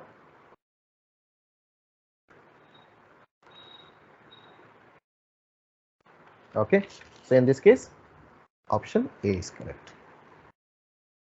So if you are using some shortcut tricks, if you have less time, then you can think of some shortcut tricks by putting some value of n. In that case, you can use some shortcut trick if you're left with time. Not left with time. So one thing we can figure out, in fact, you can figure out one thing from here. In fact, you could have differentiated with respect to x also. There is no particular way. I've told you this thing. In case of binomial theorem, what happens? Binomial series, we have discussed a lot of series, basically series problems. So in typical series problems, so this was one of the series problem. One thing you can figure out, you could have differentiate with respect to x also, but there would be one problem. If you differentiate with respect to x, this will bring out n minus r, which is not required in this series. So that's why we are not differentiating over here. N minus r will come out. N minus r comes out and power will be n minus r minus 1. But if we differentiate with respect to y, r minus 1 will come out. R will come out actually, and power will become r minus 1, but still that is separable. We can multiply and remove. That is easy. We don't have, we have powers as r minus 1. So this can be reduced to r by multiplying with y on both sides. So this way we can think of. The last problem, this: for any real number x, box x is the greatest integer function. Number of points of discontinuity of the function gx is box x square minus 2. You have to find the number of points of discontinuity of this function box x square minus 2. I've told you, I have given you this formula also while doing continuity. While teaching continuity, I gave you this formula. Gx is box of x or fx, suppose. Gx is box of fx. Then fx is 1, 1. If fx is 1, 1 function, then box of fx is discontinuous at all x, where fx is equals to integers. I have given you this theorem actually. I'm trying to say this theorem. Gx is equals to box of fx. Okay. Fx is 1, 1 function. You have to verify if this is 1, 1 or not. We have also discussed for non 1, 1 functions as well. What happens to how to handle those situations actually. So in this case, fx, if it is 1, 1, then we have the formula to be box fx is discontinuous at all x, where fx is equals to integer point. Simple language, it is discontinuous at integer point, means fx is equals to k. At integer point, it is discontinuous. If you figure out this thing, gx is box of x square minus 2. In fact, this is a function is there. We can write this to be box of x square minus 2, and this is constant function which is continuous and differentiable. So you can only focus on this part only to find out the greatest integer. The discontinuities of this point, greatest integer of x square over here. And we have discussed this. Basically, what is this? How we do this? This is the, now in this case, x square is not 1, 1. It is many to 1. But interval wise, we can see like 1 from, this is 1, 1 function in between 0 to infinity and minus infinity to 0. If you see the graph of this function, this is 1, 1 function in between 0 to infinity and minus infinity to 0. In this interval and this interval, it is 1, 1 function. Okay. So basically, but here we are restricted. Here we have the maximum value. Y can go to 1, 9 basically. Here we are restricted to this thing, and it is open interval, right? Here we are restricted to -3 and +3. We are restricted to -3 and +3. That to open interval. That is open interval. Mention the open interval -3 to +3. So in this interval, you have to verify. In this interval, you simply draw the lines over here. We'll have how many? You will have after this is the maximum limit is 9, so we can have this to be 8, then 7, 6, 5, 4, 3, 2, 1. How many total? 8. 8 into 2 actually, right? So 1 for this one and 1 for this side actually. So that is 16.